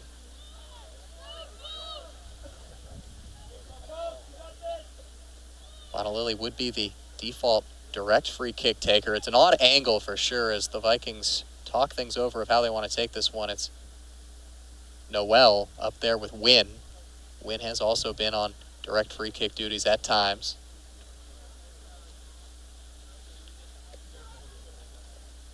Wynn's got 2 goals in her last 2 games. Noel 2 assists on the season. Vikings can go direct or into the middle on this one. Lowen will have to adjust for both possibilities. It will be Wynn. Plays it short to Noel. On the ground and out. Didn't connect with that one at the right moment and can only send it out for a goal kick. It was a good idea on the routine as Noel faked and made the short run, but nothing doing on the cross attempt.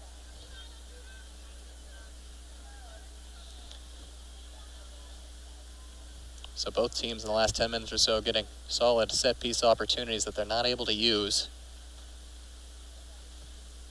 18 minutes gone here in the second half. It's been a slow 18 minutes. Put over the top for Audrey Holdridge to apply pressure on Lowen, but no trouble for the junior. Lowen, the highest save percentage in the GNAC this year. She's going to be tough to beat. 41 saves on the season for her. She's held a boatload of shutouts to go along with that good save percentage as Morgan Montalili now does check back in. And number 12, Emily Rice as well.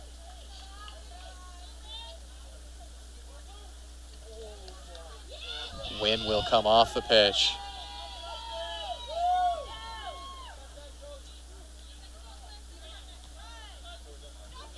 So Montalili, who scored and assisted on Thursday,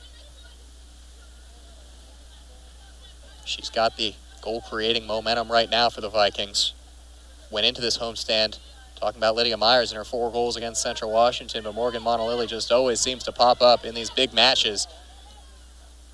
Montalili had the assist on the winner against SFU in Burnaby. Proved to be perhaps the most important assist of the season thus far.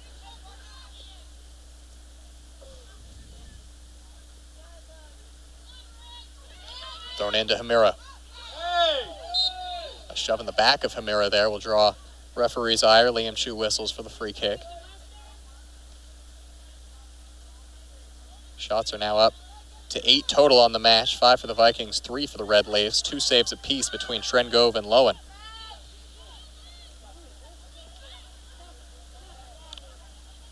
Connell goes 1-2 with Montalili. Looking for Hallie Noel, or Lydia Myers doesn't get there. Cairns wins yet another aerial duel. Potter feeds it through, and it was just a missed touch by Lydia Myers. She's got to let that one go by her.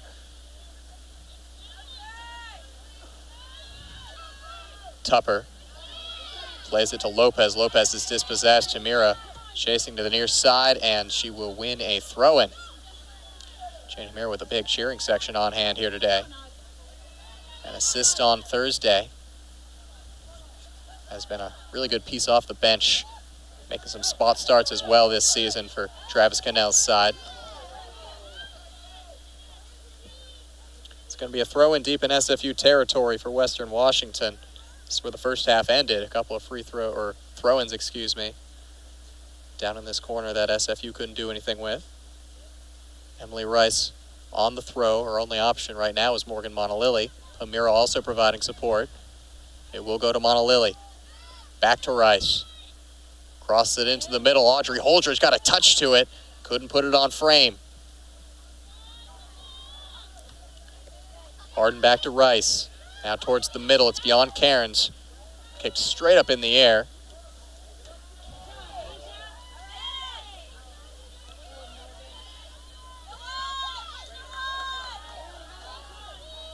Noel just able to keep that one from going over the far touchline.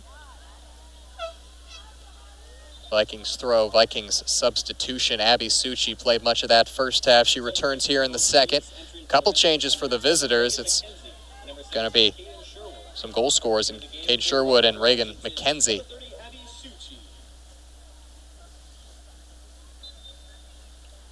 McKenzie, 3 goals on the season, a goal against SPU. SFU just trying to find some kind of spark, some kind of level of finishing here. They haven't had the chances to really use that kind of finishing ability. Referee says, get back up. Western Washington on the ball, and now the foul is called against the Vikings. Morgan Montalili getting too handsy, trying to win it back shoulder to shoulder.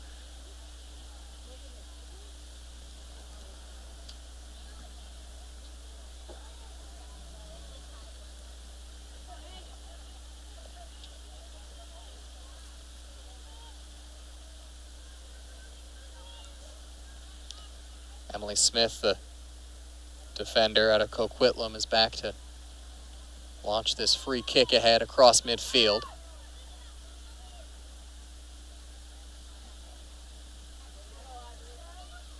Holdridge battling just enough to get it to Hamira, and now ahead towards Myers. Myers got space to drive to the end line. Her cross is blocked off of Smith. Myers stays with it, though, works it around Smith. She's got space into the box now. She's being tugged from behind. It's a penalty.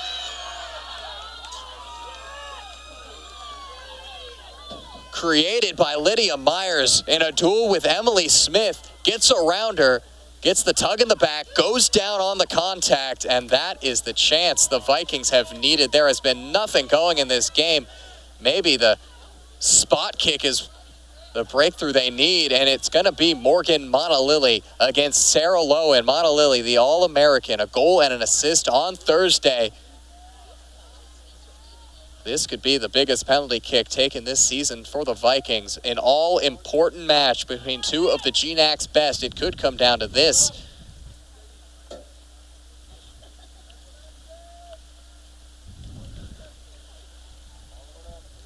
Players are ready. Monalili and Lowen.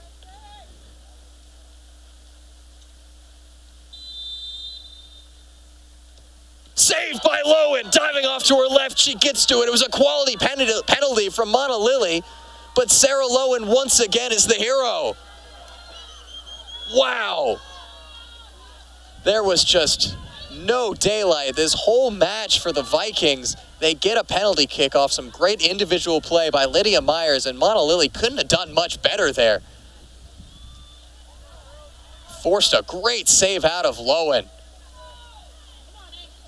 There's been a few occasions this season where Sarah Lowen has seemed to single-handedly win games for Simon Fraser, and as it stands right now, a couple of big saves from her are what have kept the Red Leafs in this.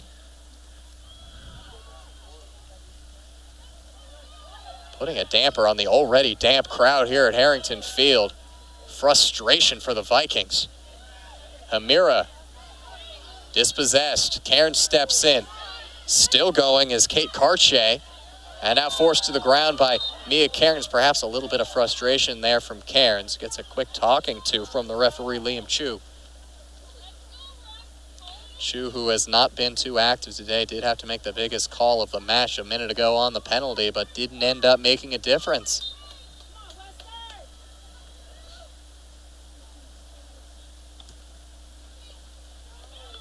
All the way towards the top of the box. Foul is committed. Too much contact against Emily Rice. Vikings get the free kick.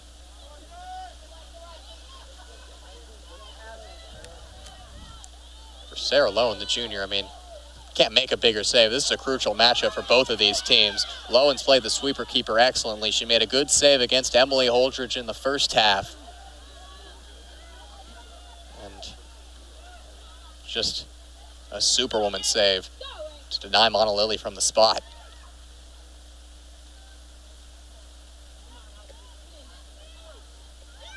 Back to Lowen again. Calmly plays it out. Unable to be flicked in bounds. 20 minutes and change on the clock here at Harrington. Thrown in towards Monalili. The rain picks up. The wind picks up. Monalili's pass is sent out by Kate Smith.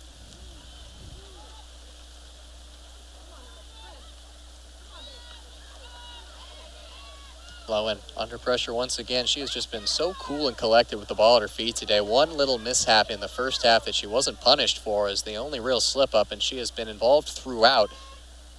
Forced to play like an outfield player at times. A last defender back. It was a slip-up that ended up costing the game for SFU against Seattle Pacific, as a mistake off her line led to a Seattle Pacific University goal from 25 yards out, which would end up being the decider in a 3-2 come-from-behind win for the Falcons that has them atop the GNAC right now.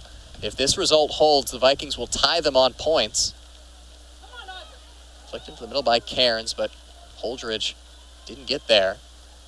Noel back now. Turns and gets it ahead.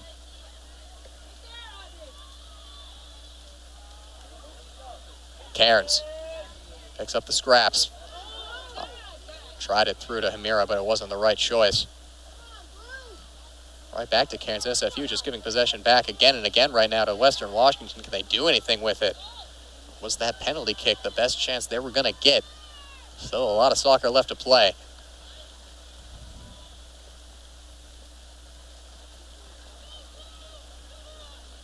Abigail Trengove, the goalkeeper, urging her teammates on here. She's done her job so far with a couple of saves and a good job controlling the penalty area. He's the player of the match on Thursday with 9 saves. Tough to take a player of a match away from a goal and assist from Morgan Monalili, but Trengove did it with the career high. Monalili, high first touch, but takes it under her spell. Passes it off to Cairns. In the middle, Amira's there. She brings it down. Heavy first touch. It's been sustained Viking pressure. SFU once again have just been lulled into defending it right now. Can they break that up right here? Through one defender is Sherwood. Past a second, but Harden is going to put the tackle. The advantage was played a step behind that challenge by Harden, and now Chu calls the play back for a free kick as that advantage was quickly lost. Free kick was quickly taken, as Trengove will pick that one up. A header from Kira Scott didn't find the intended target of Reagan McKenzie. Trengove puts a blast into this. Suchi up, testing that back line again. Audrey Holdridge. It's 1-2 here with Lydia Myers. Myers taking it herself, now passing it into the middle. Second ball.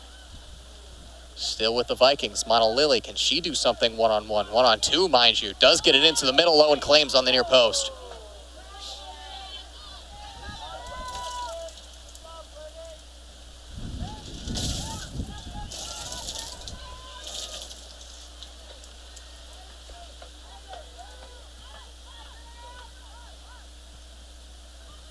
Lowen can't quite get it to midfield. Vikings win the second ball once again. Audrey Holdridge is going to wheel after this one, but it's out for a throw for SFU. It's been a frustrating night.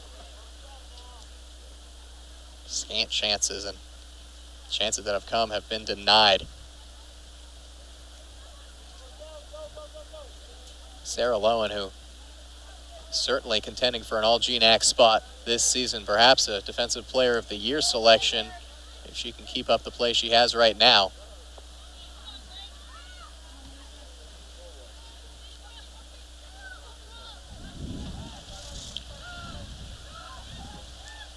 Wind blowing hard in right to left, but Redleaf's still moving in against it. They get it to Muzzolini. Muzzolini swarmed by 3 blue shirts, still with the ball. Dribbling it around Cairns. Challenged out by Hallie Noel on a slide, puts it out. It will be a SFU throw-in. And substitutions incoming for the visitors. It is going to be Michaela Tupper, who has been involved a lot here in this second half, much more so than the first half. She will come in. Looks like it will be to replace Muzzolini.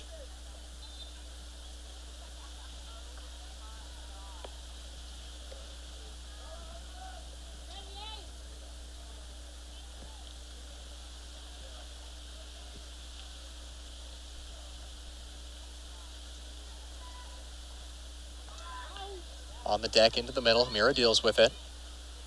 Still in the box, in the air on a header. Top of the box now with McKenzie. McKenzie works it by 1, works it by 2, has a shot wide right. Viking defense did just enough to throw off McKenzie, who could only put it wide of Trengove's net. Couple opportunities in a row right now for SFU. Still just 4 shots in the match for the Red Leafs. Make that 3 shots. 2 of them on net, both saved.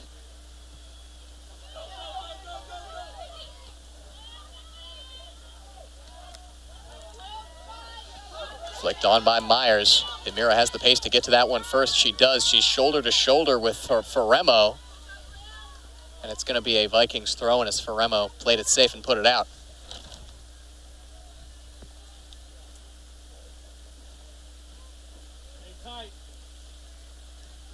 Vikings throwing routine here on this near corner.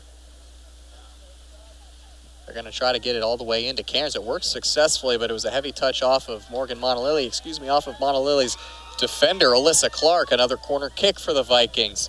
You got to think that this is going to be either 0-0 or 1-0 the way it's been going. The Vikings just need that one piece of individual excellence or team play. Try to get it by Lowen, who's just been a brick wall Near post, Lowen there again, sends it out. That had an Olympico chance. Might have been curling in if Lowen hadn't reacted as quick as she did. Another corner kick for the Vikings, and this time they're going to put another aerial threat in there in Kirsten McGuffey. McGuffey has a goal off of a header this season already. Jane Hamira will go to the sideline to raucous applause. Monalili, the in-swinger once again, right on top of Lowen. She swipes at it, and it goes beyond everything. It's going to be a goal kick.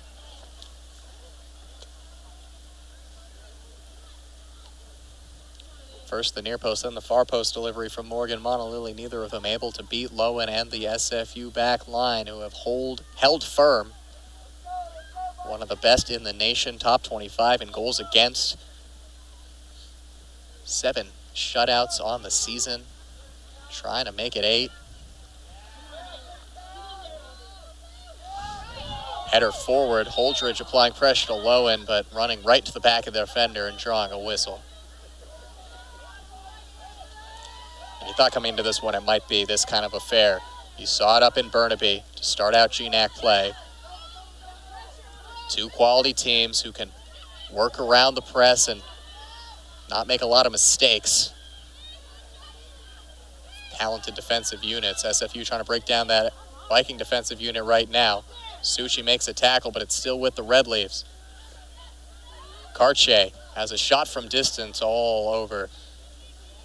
No chance on that one from Karche from 25 yards out. Trengove watches it sail over the crossbar. 12 minutes left. Best chance in the match by far still stands as Morgan Monalili's penalty kick. One that she'll want back.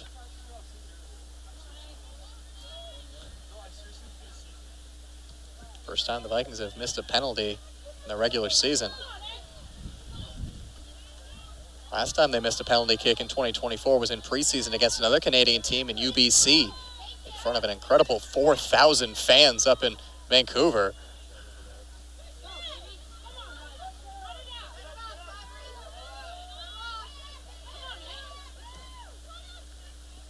Pass gets beyond everybody. Emily Rice thought about making the interception, but let it go by.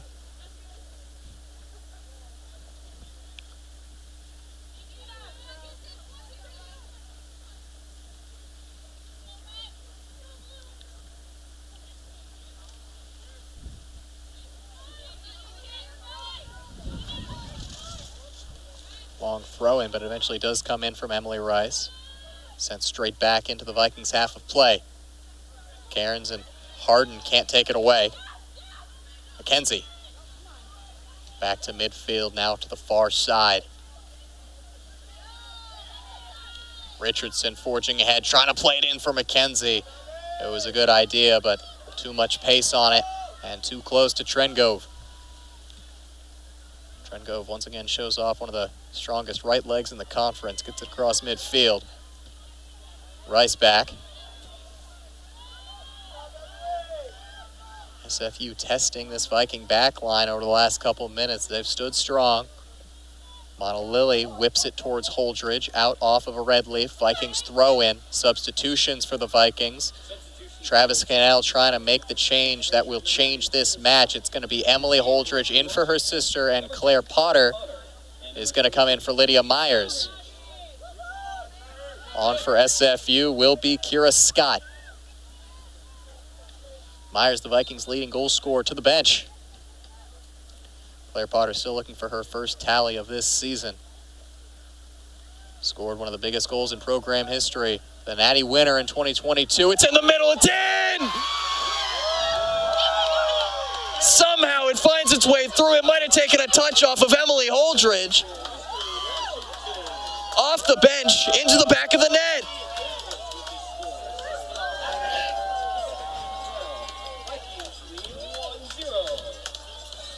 Slippery conditions. Not a good day to be a defender or a goalkeeper, and showing right there as it might have just taken a little bit of a touch off of Emily Holdridge. If it did, it's her first collegiate goal.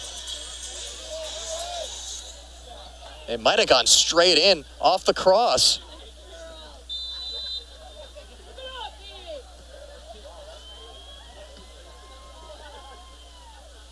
Regardless, it kept Lowen flat-footed Huge tally for Western Washington.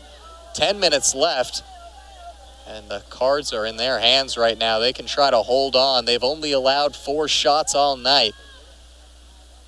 If they can continue that, they will be headed towards yet another GNAC win. Would make it 4 in a row and would put them 2 points clear at the top of the GNAC table.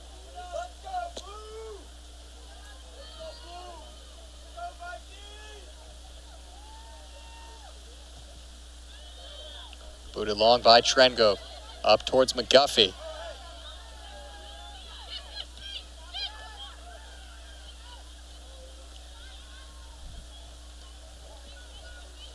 Simon Fraser, who went 1-0 down to Seattle Pacific on Thursday and ended up taking the lead back. That was all in the first half, though.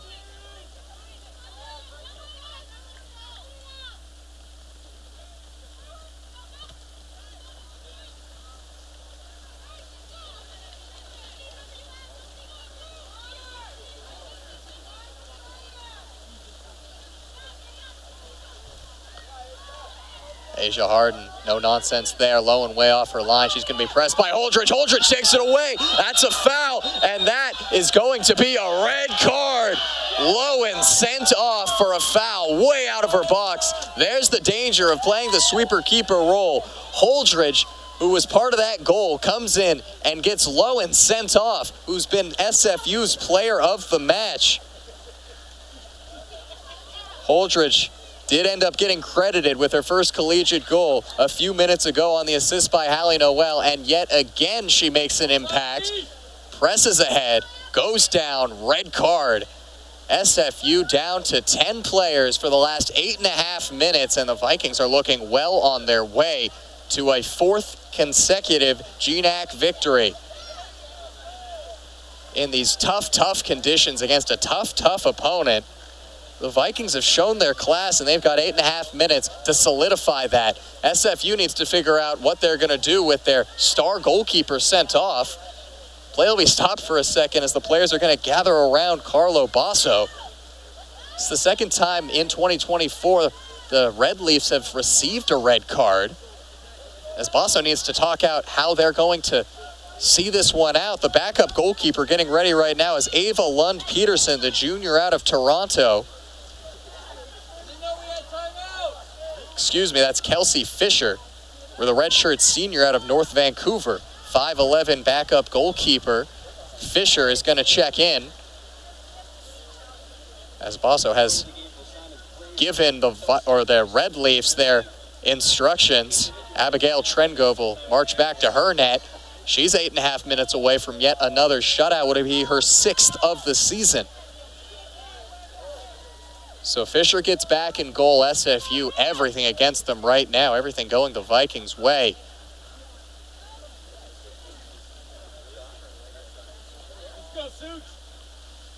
Abby Sushi setting up right on that rugby marking on the field. 2-player wall being set up right now for Fisher. Fisher's first 8.5 minutes here of GNAC play in 2024. Trying to keep this 1-0, give her team a shot at getting back into it. Suchi, she goes direct, tests Fisher, and she collects calmly. Suchi opting to check the freshness of Fisher right off the bench. Holdridge, the goal scorer, holds the ball up.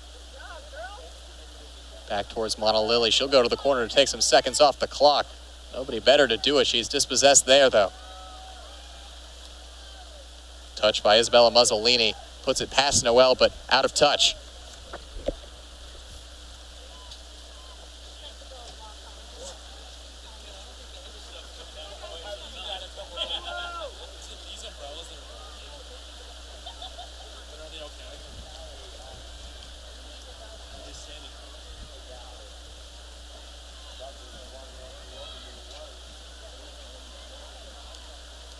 Seven and a half minutes here. Vikings going into game management mode. One of the best teams in the nation at this game management portion of play. Such a defensively sound team.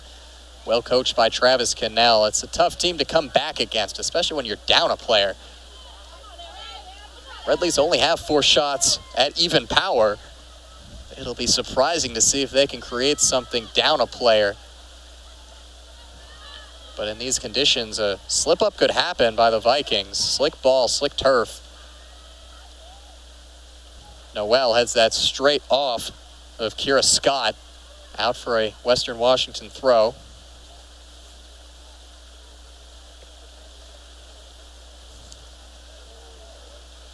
The rain has just gotten harder and harder.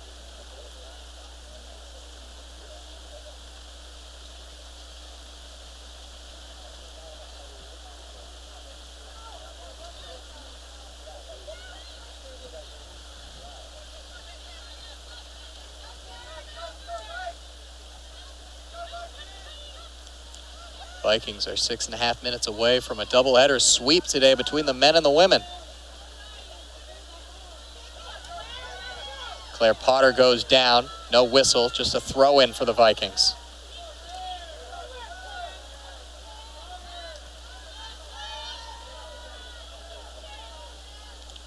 Chucked ahead by Emily Rice to the feet of Holdridge. Holdridge's tally as it stands is the difference. Both Holdridge sisters have now scored in their freshman campaigns, the Whatcom County kids. From up north the highway, up in Ferndale, such successful campaigns for Ferndale High School, successful careers. Trying to carry that over down south here in Bellingham. They've done well. Immediate action, immediate starts for them, an immediate contribution. You got to say that Emily Holdridge deserved that. She's played great this year. A lot of trust has been put in her by Travis Cannell. It's been earned. As that pass was blocked off the chest by Abby Suchi. Suchi on a slide. It looks like getting the worst of that one was the player on the slide, which was Kate Cartier. Immediately being tended to by Muzzolini and the training staff.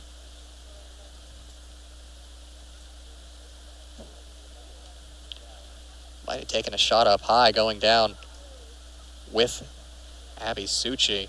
Clock stopped at 5:10.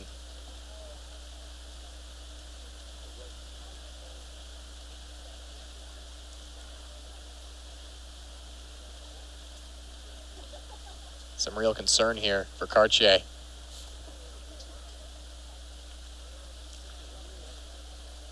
Cartier, a senior, a leader on this team, commands such respect throughout this roster. So important how they play as well. Looks like she's going to be able to get to her feet, certainly shaken up though.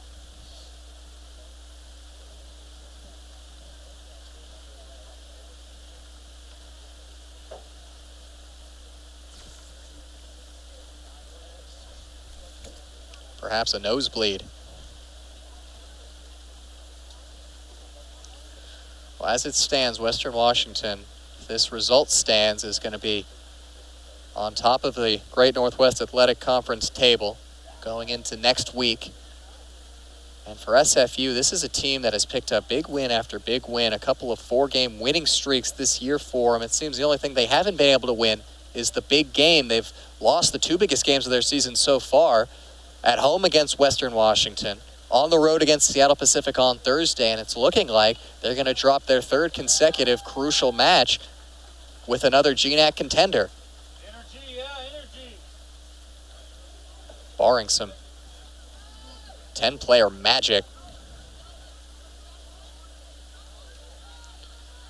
Cartier looks to be all right. She'll walk to the sidelines under her own power.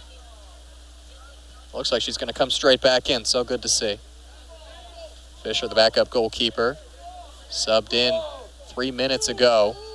Ball's going to be dropped for Fisher, and Potter looks like she's going to challenge on this drop ball.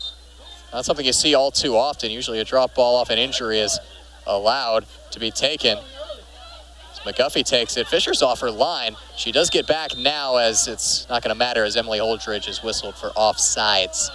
Under 5 minutes left in the match. Shots are 8-4. 12 in it. These are 2 teams that both average over 16 per game. We don't have 16 between the 2 so far in this one. It might stay that way.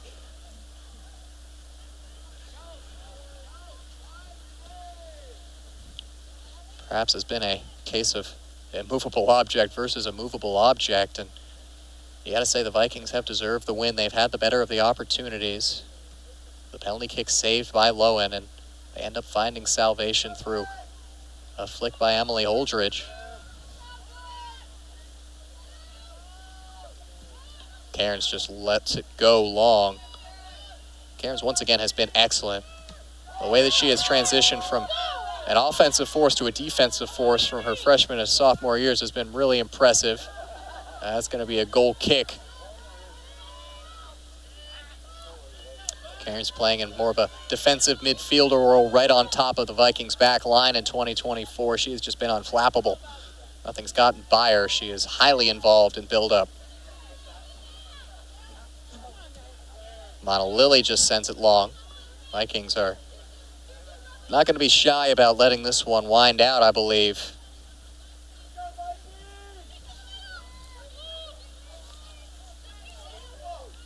Alyssa Clark plays it to Cartier.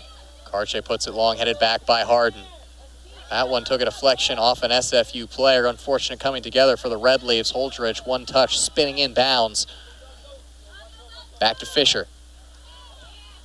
Fisher pops this one up in the air. Cairns is under it. Heads it over to McGuffey. McGuffey dispossessed. Cartier. Over the top, gets beyond Rice, but not beyond Harden. She's been stalwart as always. Headed towards another full 90, something that she has done just about every single game of her collegiate career for Western Washington. Earning that captain's armband. Holdridge takes a bit of contact, but she'll get back up to her feet.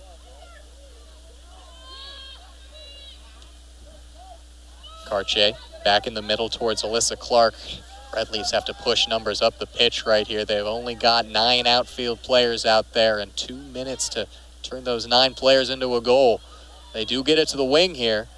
Noel one-on-one defense. Cross goes to the near post. A bit of a bobble from Trengove, but she collects. Once again, Abigail Trengove does her job perfectly. As she will hold on to the ball and call her players upfield. Can aim for a crowd pleaser here. Launch it as far as she can. She now lays it down.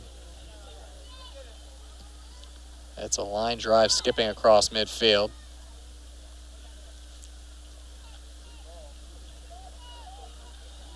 Under 2. Vikings taking a couple more seconds off on this throw-in. Rice sends it long, headed back. Taken down by Monalili. Back towards Smith. Smith's going to go back to her goalkeeper. Fisher can only send it out for a throw. Vikings are firmly in command. Monalili earns another throw. You really just cannot do it any better than this. Simon Fraser looks to have lost the life right now. That's what a quality performance from the Vikings that just breaks you down can do. Another throw and minute left in the match. It's not looking like the Red Leafs have any juice left. Fans are starting to feel it. The Vikings are headed towards a doubleheader sweep in their 4th straight win. They just need to do a couple more things right.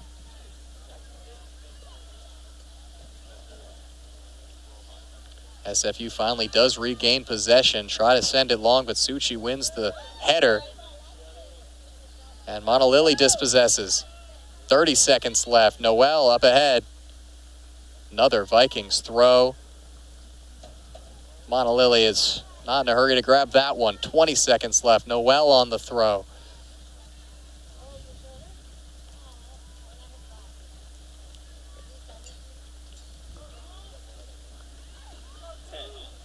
Ten seconds left, ticking down right here on SFU Vikings. They earned this. They did exactly what they needed to, and they have won 4 consecutive GNAC games. They remain undefeated in conference play, and they are your current GNAC leaders. They are 2 points back ahead of Seattle Pacific on the top of the table. Next week, they will be back here at Harrington Field for their final 2 home matches of 2024 in regular season play. They will take on Northwest Nazarene and Central Washington. Simon Fraser are dealt their third loss of the GNAC season, their third loss of the season overall, and they are now 3 straight games without a win. They sit in third place in the GNAC table. Emily Holdridge, the first goal of her collegiate career is the difference. Rain, wind, and wins is the story today for Western Washington. The men get it done 2-1, and the women 1-0 against SFU. Thank you so much for joining us today for this Vikings soccer doubleheader. Thank you here from Vikings TV. I'm Adam Race, your voice of Vikings soccer. Good night, and as always, Sko Vikes.